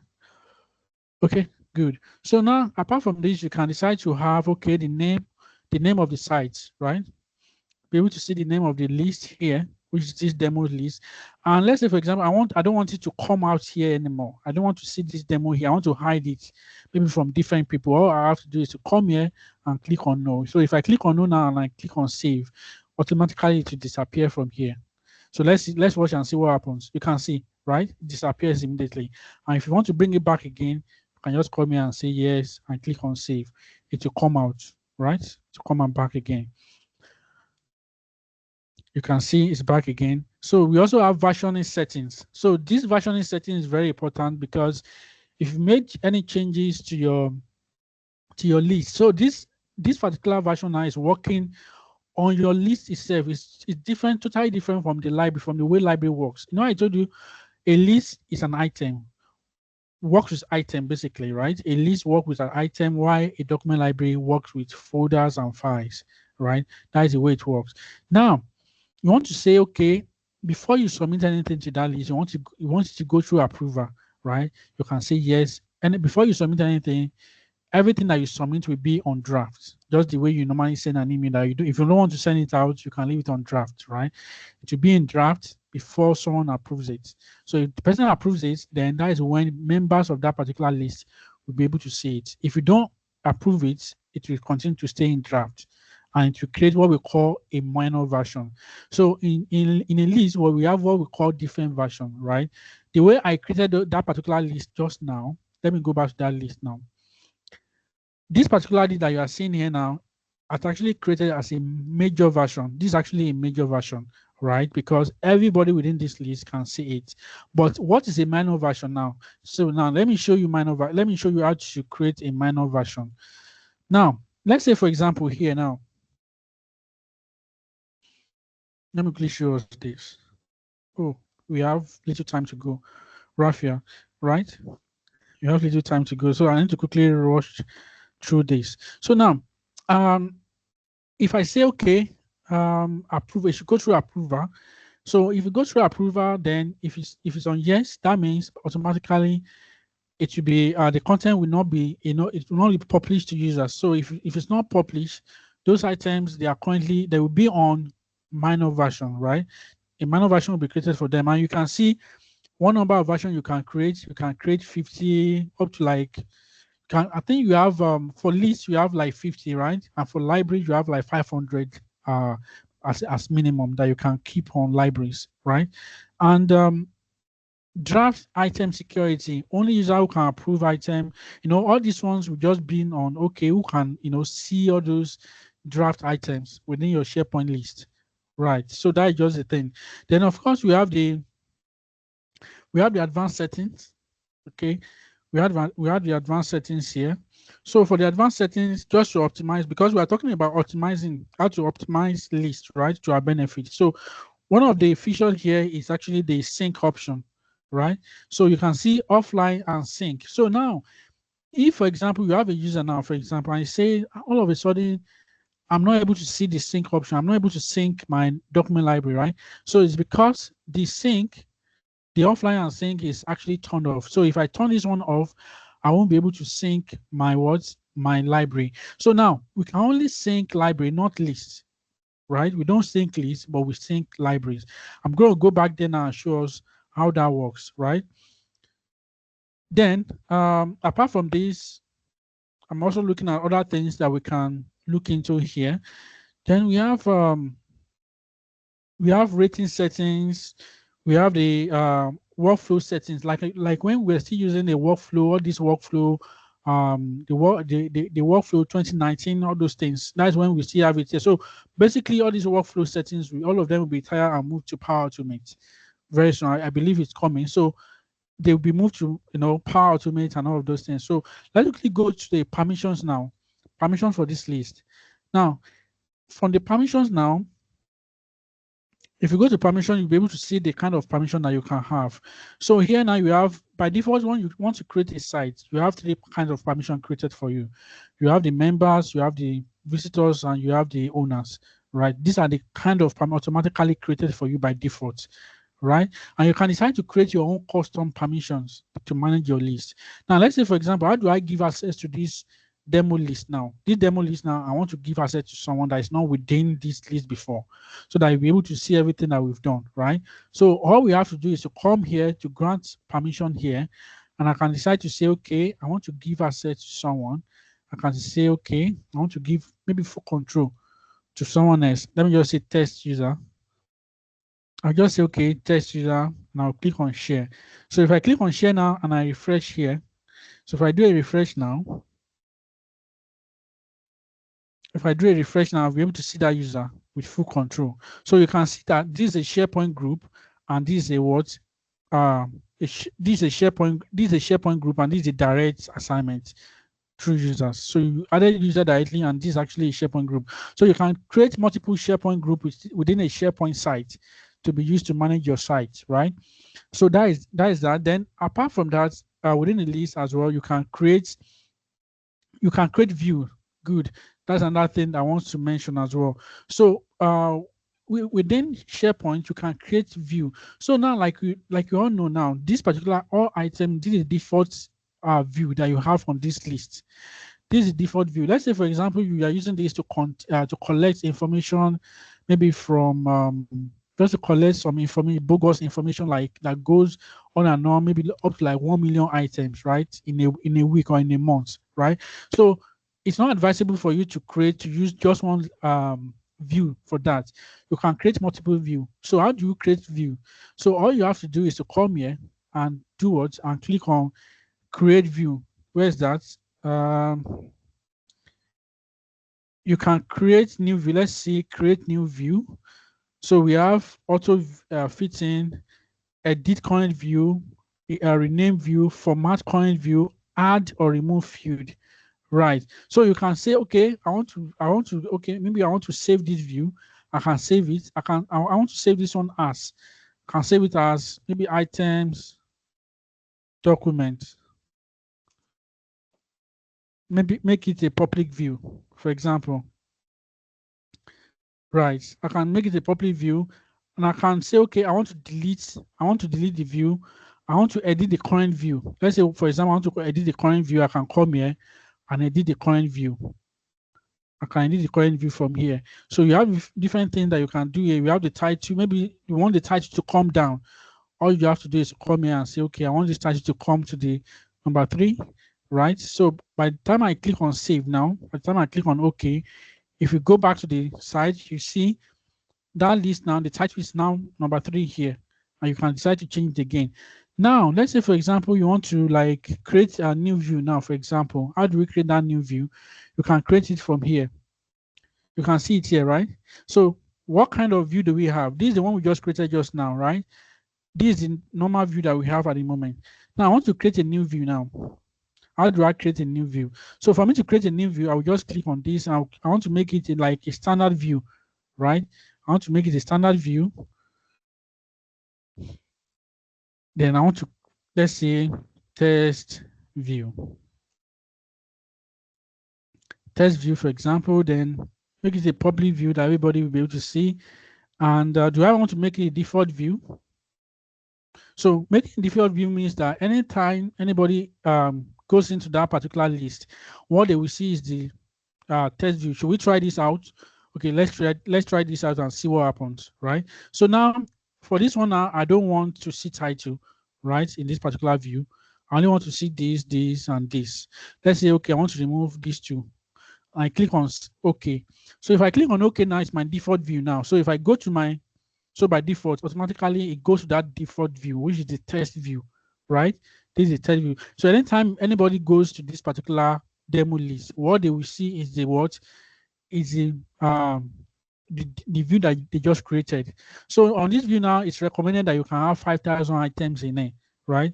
5,000 items in it. And like I mentioned, instead of having just one particular list to contain all your items, maybe 1 million items, 20 million items, you can have different lists, right? Segment them accordingly, and you can have them there, right? So instead of having just one particular list. Then apart from that, just like we have lists, we also have libraries. So this is a library now. This is a default library. So by default, a library is actually created for you by default. Once you create a site, this library is what is always created for you by default, where you can save your items. So on this one now, you have upload. Now let's see the difference. Now for document, we have upload here. So now for list, did we have upload here? No, we don't have upload. So what we have here is add new items. So this is a way of this to show you that you can't add items here from external, right? You can only add new items from here. You can, add maybe grid view and everything, right? But for documents, you can, this is actually your repository for saving items. Saving documents, maybe folders, files, and everything. You can decide to pick it up from your machine, from your download folder, from your desktop folder. You can pick it up from there, right? And you can decide to say, okay, I want to create new item from here. So if I create new item from here now, I can decide to create a Word document, for example. So if I create a Word document now, it automatically to be created. This particular item will have been created for me. So if I come here now, if I click on refresh, I will be able to see this item automatically here. Now I want to see who created this particular document. So how will I know that? So for me to know who created this document, I will just have to come here to add column here. And I'll be able to see, okay, show or hide columns. Then I can say, okay, created by, then take this to the top, take this to the top, then click on apply. So by default, you can see it was created about a minute ago, and it was created by this person here. And let's say, for example, we want to know the size of this document. All you have to do is to come here and, of course, say, I want to see the size of it. You can say, okay, this is the size of it. And you can click on apply. So if I click on apply now, it will tell me this is my size for it. Now, we call something versioning last time, right? Let me show us version, how versioning works now. Now, let's say, for example, now, this is documents, right? So now, let me make changes to this document, test one, for example. Now, this is the first version. This is one of the first changes I'm going to be making on this document. And I close this document now, and I refresh, right? So now, if I refresh now, I open this document again, and I said, okay, this time around, I want to add another thing to this document, right? I can say, okay, here, okay, test two. Then I close this document here again, then refresh. So if I refresh the document, so now watch out, how will I locate the version history? So I want to go back to where I only have test one. I don't want to see the test two. At the moment now, I have both test one and test two, right? So I want to go back to test one. I don't want to have test two, because that test two was actually a mistake. I didn't mean to write test two actually. I only want to have test one there. So how will what will I do here now to bring back only test one for me? I don't want to clear this. So let's say, for example, I wrote a lot of things here. Not only test two, I have a lot of things, thousands of things here. I want to revert back to how it was before. All I will have to do is to come here and say, okay. So another thing I want you to notice is this. Versioning only works on files and not on folders. Please note that, please. Versioning works on files and not on folders. So for folders, you have to use what we call restore this library. So I'm going to show us that after this. I'm going to show us how to do that. So now for this document, now I want to go to version history. So all you have to do is to go to version history here, and you can see the number of versions that have been created for me within this period of time. You can see the number of versions. Can you see it? 3 versions have been created. Version 1 is when I created the item. Version 2 is the test 1. And version 3 is the test 2, right? So now you want to see, maybe you just want to preview this, right? To see maybe this is actually the test 1 alone, right? You can just say view. You can view it.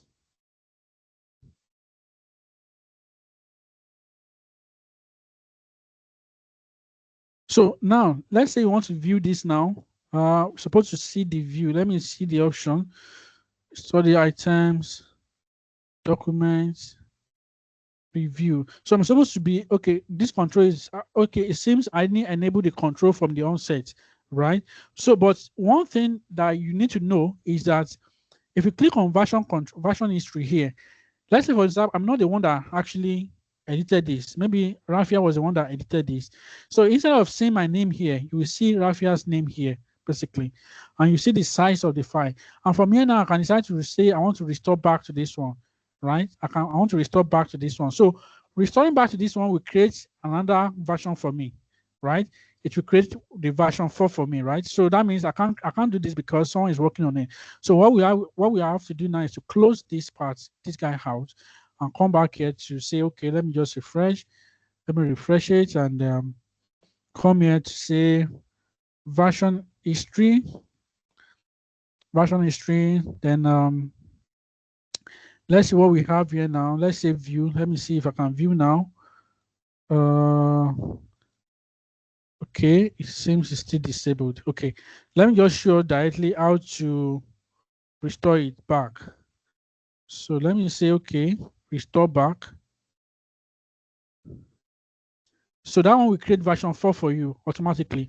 Can you see? Version 4.0 will be created for you. I talked about something last time. I talked about minor version and major version. So note this, please. Note this. So anytime you see anything 0.0, anything 0.0 is major version. But anytime you see 0.1, 0.2, 0.3, those one are minor versions. Okay, so how can you create a minor version? I will show us very soon. So now this version 1, version 2, version 3, and version 4. Now I've restored back to that version 4. So now let me refresh now and see, is it truly on version 4 or not? So now I'm supposed to see only test 1. I'm not supposed to see test 2 again. So now if I click on open now, let's see what we have. Can you see? It works, right? So this is the way to work on version history. So let's say, for example, someone did something or an attack happened in a document. You want to restore back to what it is before. You can restore back using a version history, right? Now, I want to create a minor version now on this particular document. How will I create a minor version? So for you to create a minor version, first of all, you need to do what? You need to check out this document. So we have what we call a checkout option on SharePoint document library. So you check out this option here, click on checkout. Okay, so now how will you know that I've checked out this document? You see this red arrow here that points bottom here, right? It points to the it points down, right? So this will actually shows you that this particular document is currently checked out. So what will you do now? If I want to make changes on this, I want to say, okay, now I want to add test 2, test 3, right? So if I click on close now and I refresh, so that means nobody will see this except me for now. So now let's see the version history now. Let's see the versioning.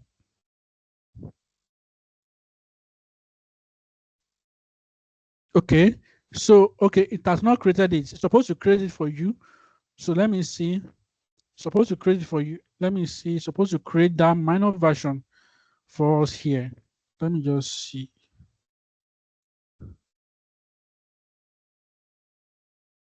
You will see have the major version created here. So let me just add one more thing to it. Test 5. So this is, as long as I have someone that I can share this with now. Let me share this with someone to maybe just try to edit this and see. But one thing is, if you edit this guy here, maybe someone else edits it. Now, if you open this particular user that is this particular document, if you open it now from your hand, all you will see here is this test one. From your hand, you only see test one here. You won't see all these test two, test three, and test, because all these ones are just minor versions, right? You won't see the major. You won't see it as a major version unless I didn't. Maybe we didn't enable the minor version the other time when I was, setting up the. But you're supposed to see minor version, right? And for all users to be able to see this now, what we'll have to do is to come here and say, from here I want to check out everything, check in everything here. So all I have to do, okay, I will say, okay, noted, right? And click on check-in. So if I click on check-in now, so that means it is published. You're like when you are working with pages, right? You are working with we're still going to talk about different kind of, when you have pages, you have web parts. Yes, that's the word, web parts. So if you're working on a page, you have different web parts, for example. So if you actually check out that particular page, you can have that page published. So same thing applies to this one as well. That particular, when you're working on it, it's actually a minor one, but once you publish it now, everybody within that particular space will be able to see everything you're working on. So now, how do you maximize this version now for your own productivity? So let's say, for example, you want to do something. Maybe you are doing an appraiser, right? And you don't want everyone to be able to see what you are doing at the moment until you publish it. So you can check out this particular document. Nobody will be able to see the changes that you have made. So they can just work on it normally, right? But your own changes, they won't be able to see it until you be able to, or maybe until you check it in back again. That's when they will be able to see everything that you've worked on. And of course, they can't even do certain things because the document will be saying that this particular document is currently checked out and being used, is blocked by another user. That is what you will see at the top. So in case you have, maybe you are working the support line, right? For example, and you have a customer that reach out to you and say, okay, I have a user that says a file is being locked, right? So one good thing that you need to check is to go and confirm, is this file checked out? If the file is checked out, automatically you won't be able to work on that particular document until the person checking back the document, and you'll be able to work on it and be able to see all those changes that have been made on it as well. You won't be able to make changes. You can see it, but you won't be able to make changes because the file was checked out. Okay, so that is that. Then apart from that, you have alert me. So this is the native one I'm talking about, right? This is the native alert I'm talking about. This is actually it's going to the Power Automate very soon, so that you'll be able to see in Power Automate, not here anymore. You can manage your alerts. You can decide to pin to the top, right? You can decide to pin this to the top. It will definitely come to the top here. So anybody, maybe you want to showcase this particular document, maybe you are taking an appraiser for the end of the year, performance, you can put it to the top. And of course, anybody that wants to see maybe new information from there can come there and of course, pick it up and say, okay, let me work on it. And, it's kind of highlights to the team member. And you can decide to remove the pin, right? You can edit pin and unpin. So once you unpin it, it will remove it. Then of course you have what we call the sync. So you can decide to sync this library from here. You can decide to sync it. So once you sync it, you can decide to use it on your File Explorer. So File Explorer will make it to be visible for you. So what we do again is from here now you can see details. So with these details now, you'll be able to see all the changes that have happened on the library. For example, now everything that I've made, all the changes that I've made, everything will be captured here for you. So let's say, for example, you are doing audits, okay, who made changes or anything on this particular document on a certain period of time. Apart from you going to purview.microsoft.com to do audits, right? The main audits, you can, SharePoint also has its own audit here, whereby you can see all the changes that was made. You can see 3 minutes ago, you edited this file. 12 minutes ago, you created this file. You can see the path and you can see the size. You can see modified time. And of course, you can see the type, the content type, right? For this particular document, you can see it here. And like I mentioned last time, I mentioned about content type, right? So basically, this document that you are seeing here, right? This document now is a content type on its own. This is a document content type, right? you have document content type. You also have other other content type within SharePoint that you can use depending on what you want to use it for. But this is the major one that most people use, right? For productivity, you use this particular, content type. So you can't really work on SharePoint without content type. Like I mentioned the last time, right? You have the sync clients. You have the sync client here. And another thing I want you to know is that for a SharePoint library, you have like 30 million, right? You can put in 30 million files on it. But is it advisable to put all the 30 million in a single library? No. I mean, sorry, in a single list view? No. So you can segment it and you can create different views. And you see this option that is here, right? Add shortcut to OneDrive. So the limit for this is that if you have an item that is more than 300,000, you won't be able to use this. You can go and try it out. You can go and try it out. So these are not tip again. These are not issue. So if for example, you have a user, you have a customer that says, okay, I'm not able to use a OneDrive. OneDrive is just rolling from morning to night. I'm not able to do anything, right? One good thing that you need to look at is what is the size of the library, right? What is the size of this library? How many items in the library? Then how many shortcuts do we have there? So you can do like a 300,000, shortcuts. I mean, sorry, you can do shortcuts when you have item up to like 300,000. But the number of shortcuts you can do, I think you can maybe verify that from a document because it's always changing at every point in time. And last but not the least, before I move on, is I mentioned the last time that the version history is only tied to files, right? Now let's check out what I just mentioned and let's confirm that on a folder. I'm going to create a folder now and we can see maybe truly it's correct or not. Are we able to see version history on folder or not? So we're about to find out now. Let's see if you are going to be seeing it inside a folder. Now we're supposed to see version history here, right? So if I come here now, can you see? You can't see version history here. But if you come here, you'll be able to see version history. Why? Because version history only works with file and not folder. So now, what do you have to do now? All you have to do, let's say, for example, you make a change on this particular folder and you want to restore everything back. So we have what we call the restore this library option within SharePoint library. So restore this library, right? If you click on restore this library, so what happens is that you can restore up to like 30 days. For example, you can do a custom restore and you can see everything I did was today. So you can slide down to 30 days ago. You can decide to slide down to 30 days ago and you can roll back your library, right? So this restored library works for the whole library, not just for a folder, not just so everything within that library will be restored back to the state it was before those changes was made. Let's say if someone did something messy on the library and people are complaining, right? And, oh, this person did something on the file and everything has been, everything. So the question you need to ask the person, okay, when was the last time the thing was done? If you can give it a timestamp, right? So let's say, for example, the thing was done like 5 days ago. All you just have to do is to go to 5 days ago and you can do a kind of restore, right? So do a restore to 5 days ago, but 5 days ago will only work if you have data there. You can see for me now, I don't have any data here. So, and that's why you can see here that the restore is grayed out. But let's say, for example, I've worked on this file for like 30 days, 5 days, anything. I can go back to that day and, of course, do a restore. And I'll be able to see all my files here. You can see everything I did, all the update I did, everything is here, right? I can decide. The only restriction that is here is that you can't pick it. Let's say, for example, you can't say you want to go and pick this up, right?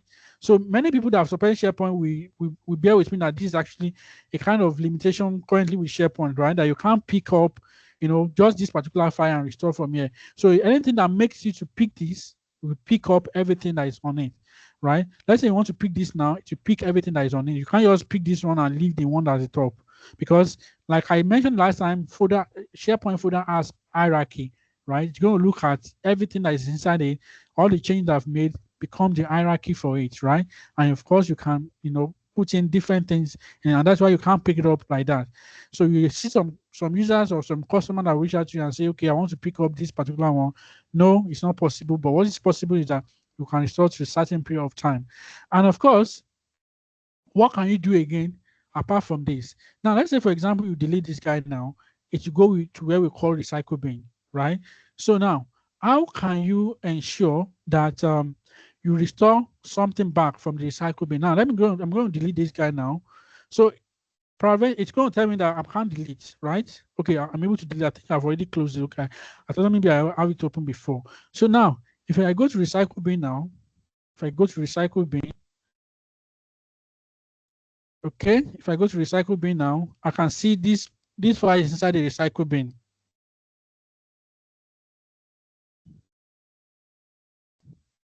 Okay, so this is inside the recycle bin, and from here now, you can say, okay, I can install this back. So this will stay here for 30 days. Okay, so this file will stay here for 30 days. So after 30 days, what will happen is this. So what will happen next? What will happen is that you go to the second stage recycle bin and stay here for 93 days. So 93 plus 30 will give us, if you come to this second stage recycle bin and stay here for 63 days.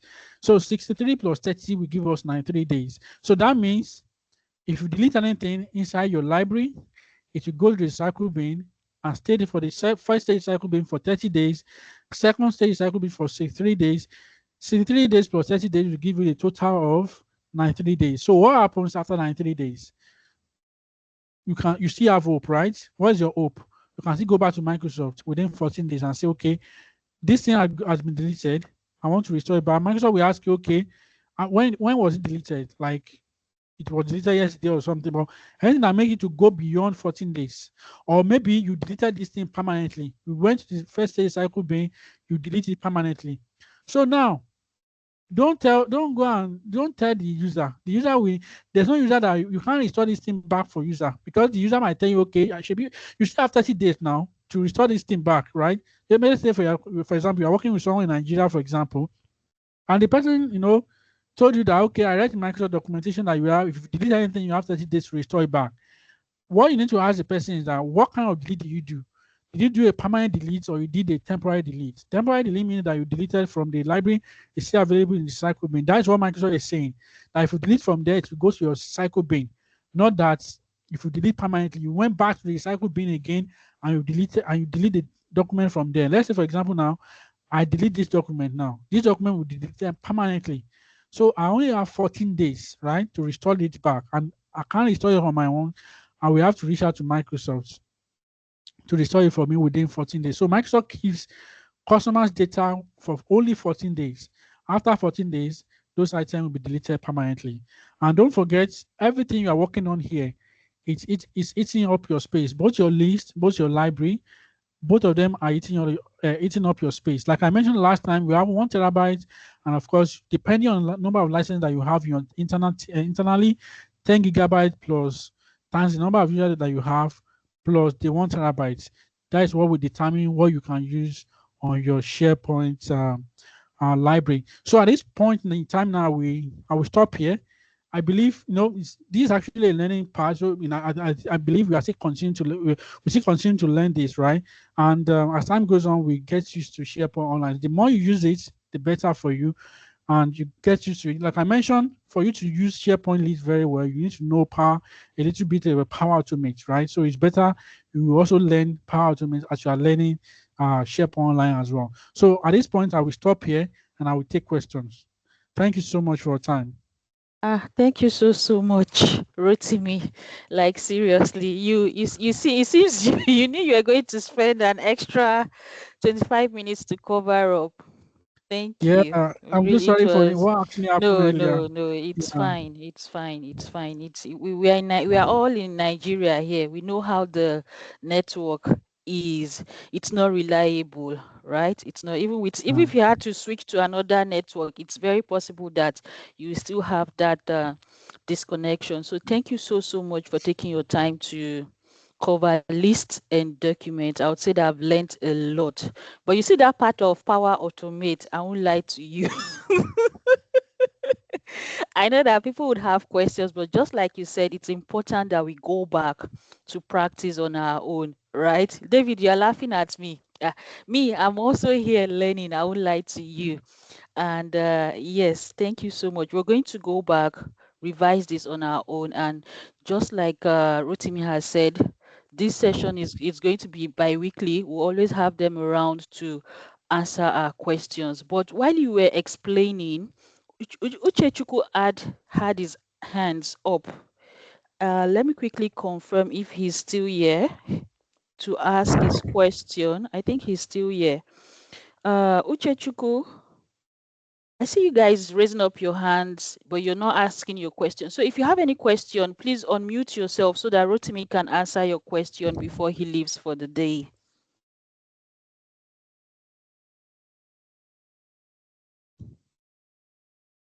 Okay.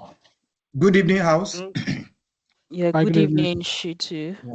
I raised my hands for more than 45 minutes to ask a question at a particular junction. Okay, tell me, Junction. I can go back there. Yeah. Let me think. Maybe I can remember. Okay, where we have the demo list window. Okay. Are you there? Okay. Okay. When you are constructing it, you made use of Rafiah to either decline or accept the mail. Yeah.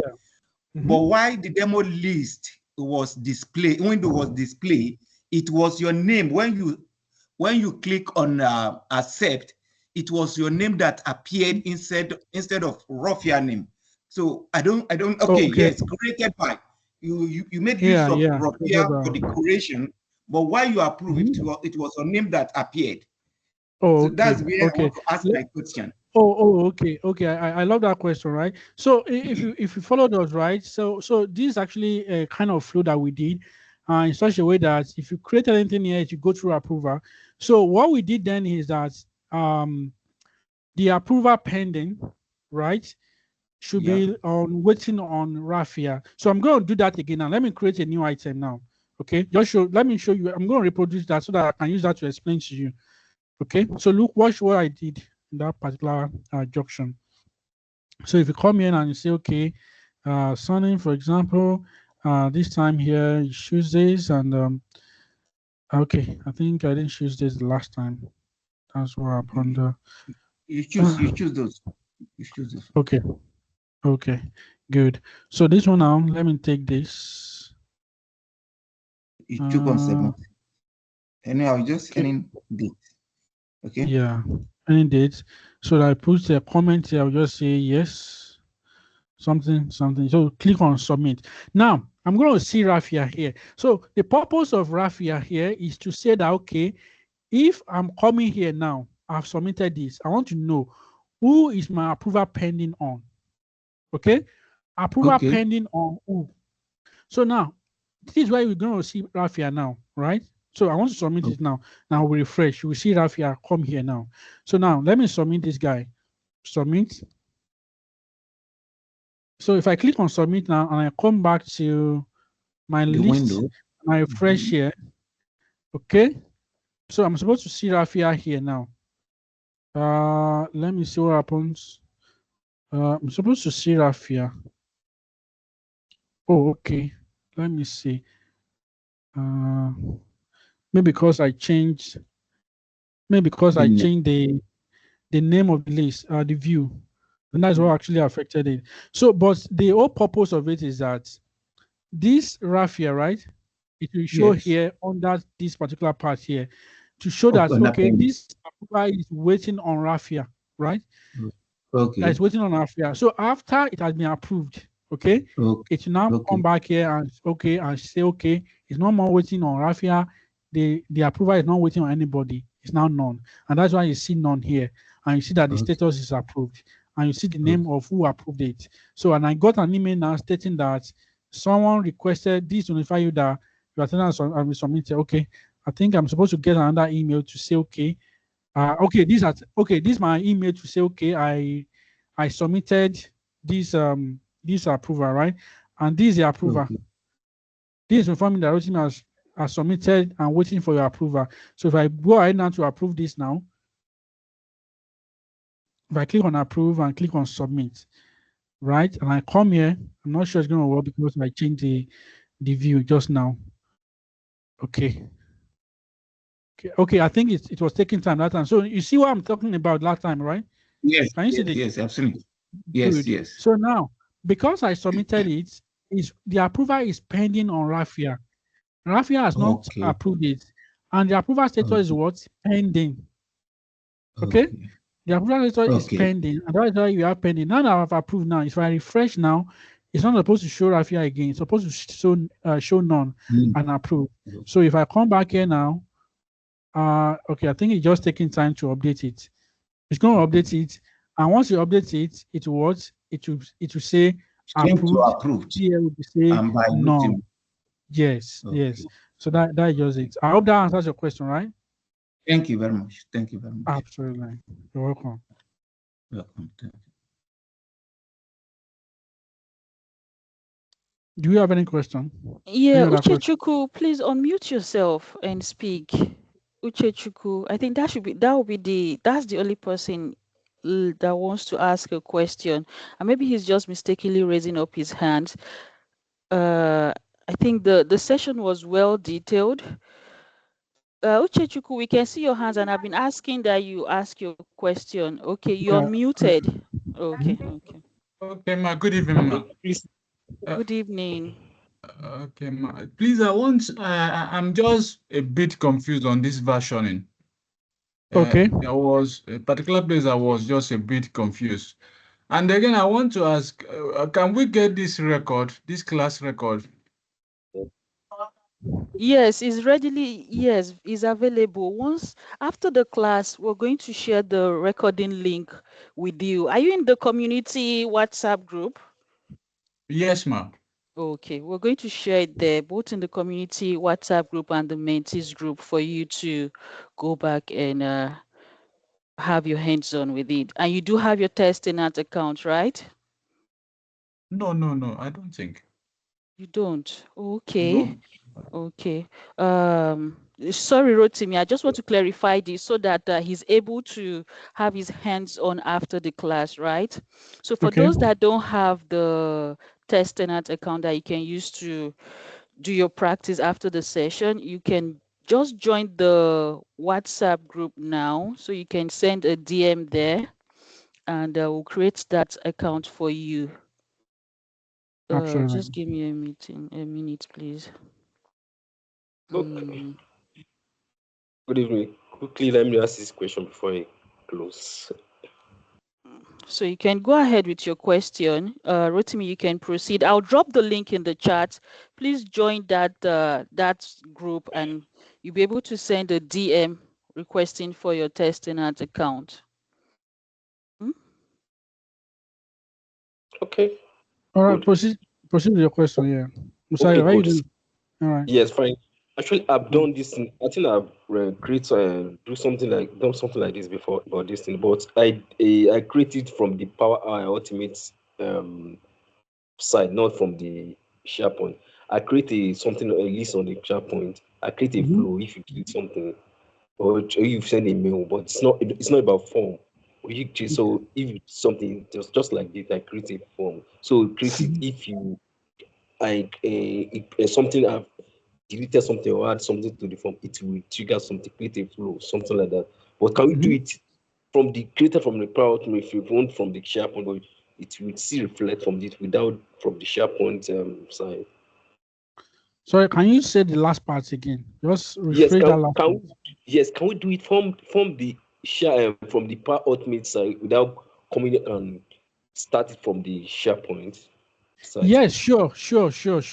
We can do that. So what you need to do, let's say, for example, you don't want to interact with SharePoint at all, and you want to say, okay, anytime anything is deleted, right, inside SharePoint, right, you want an email, right? So all you have to do is to go to your Power Automate, and you can create from the scratch here. So just click on create from the scratch. Yes. So create from the scratch here and click on Automate Cloud. Then you can skip this. So now let's see what we want to achieve. Let's see if you can see the flow here. So we are looking for delete item, right? When an item is deleted. So we're going to type delete and see when we're going to see anything. Okay, let me see delete. Sorry, do let me waste your time. I think I've done this one. I know how the yes. So you can see this, right? When a file is deleted or when an item is deleted. So when you use any of this flow now, without even going to SharePoint at all to do anything there. Without using a native SharePoint flow to do it, you can definitely do it from the Power Automate, right? Which is this. And definitely it will send you an email. So that is the way it works. So the only thing that you just need to be sure of is you need to be sure that you are connected. Your connector is up and running. Connected. Yes, connected. Absolutely. Absolutely. Actually, Thank okay, the last time I noticed that my tenant I'm using, they want to have two tenants, the one they create and the one I have, other one.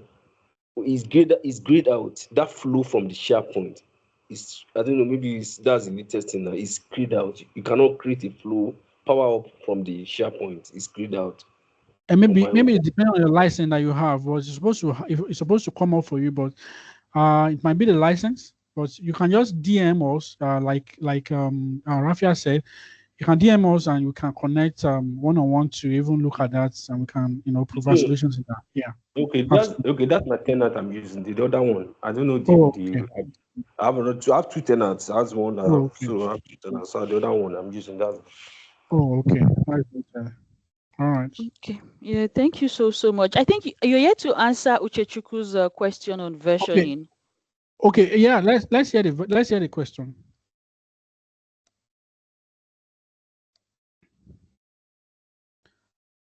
Hi, Uchechuku. Can you ask your question, please? Okay, don't worry. Let me go through the class recording again. I think I will catch up. Thank you.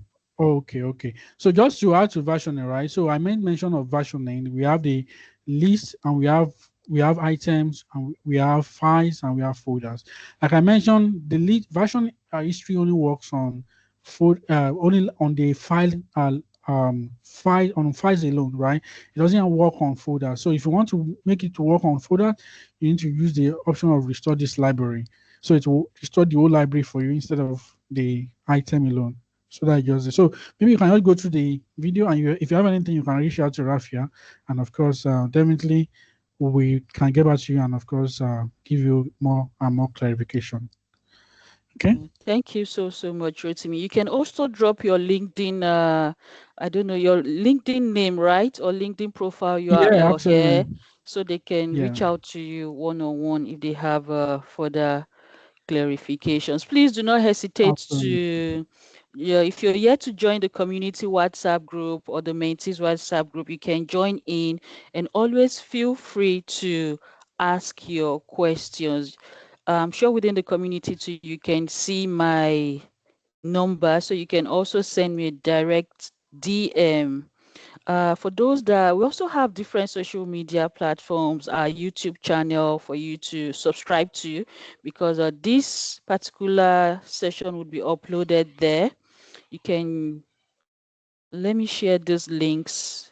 Okay, I think majority of you are already in the community, so you have all of these links. And just in case you are not, do well to join.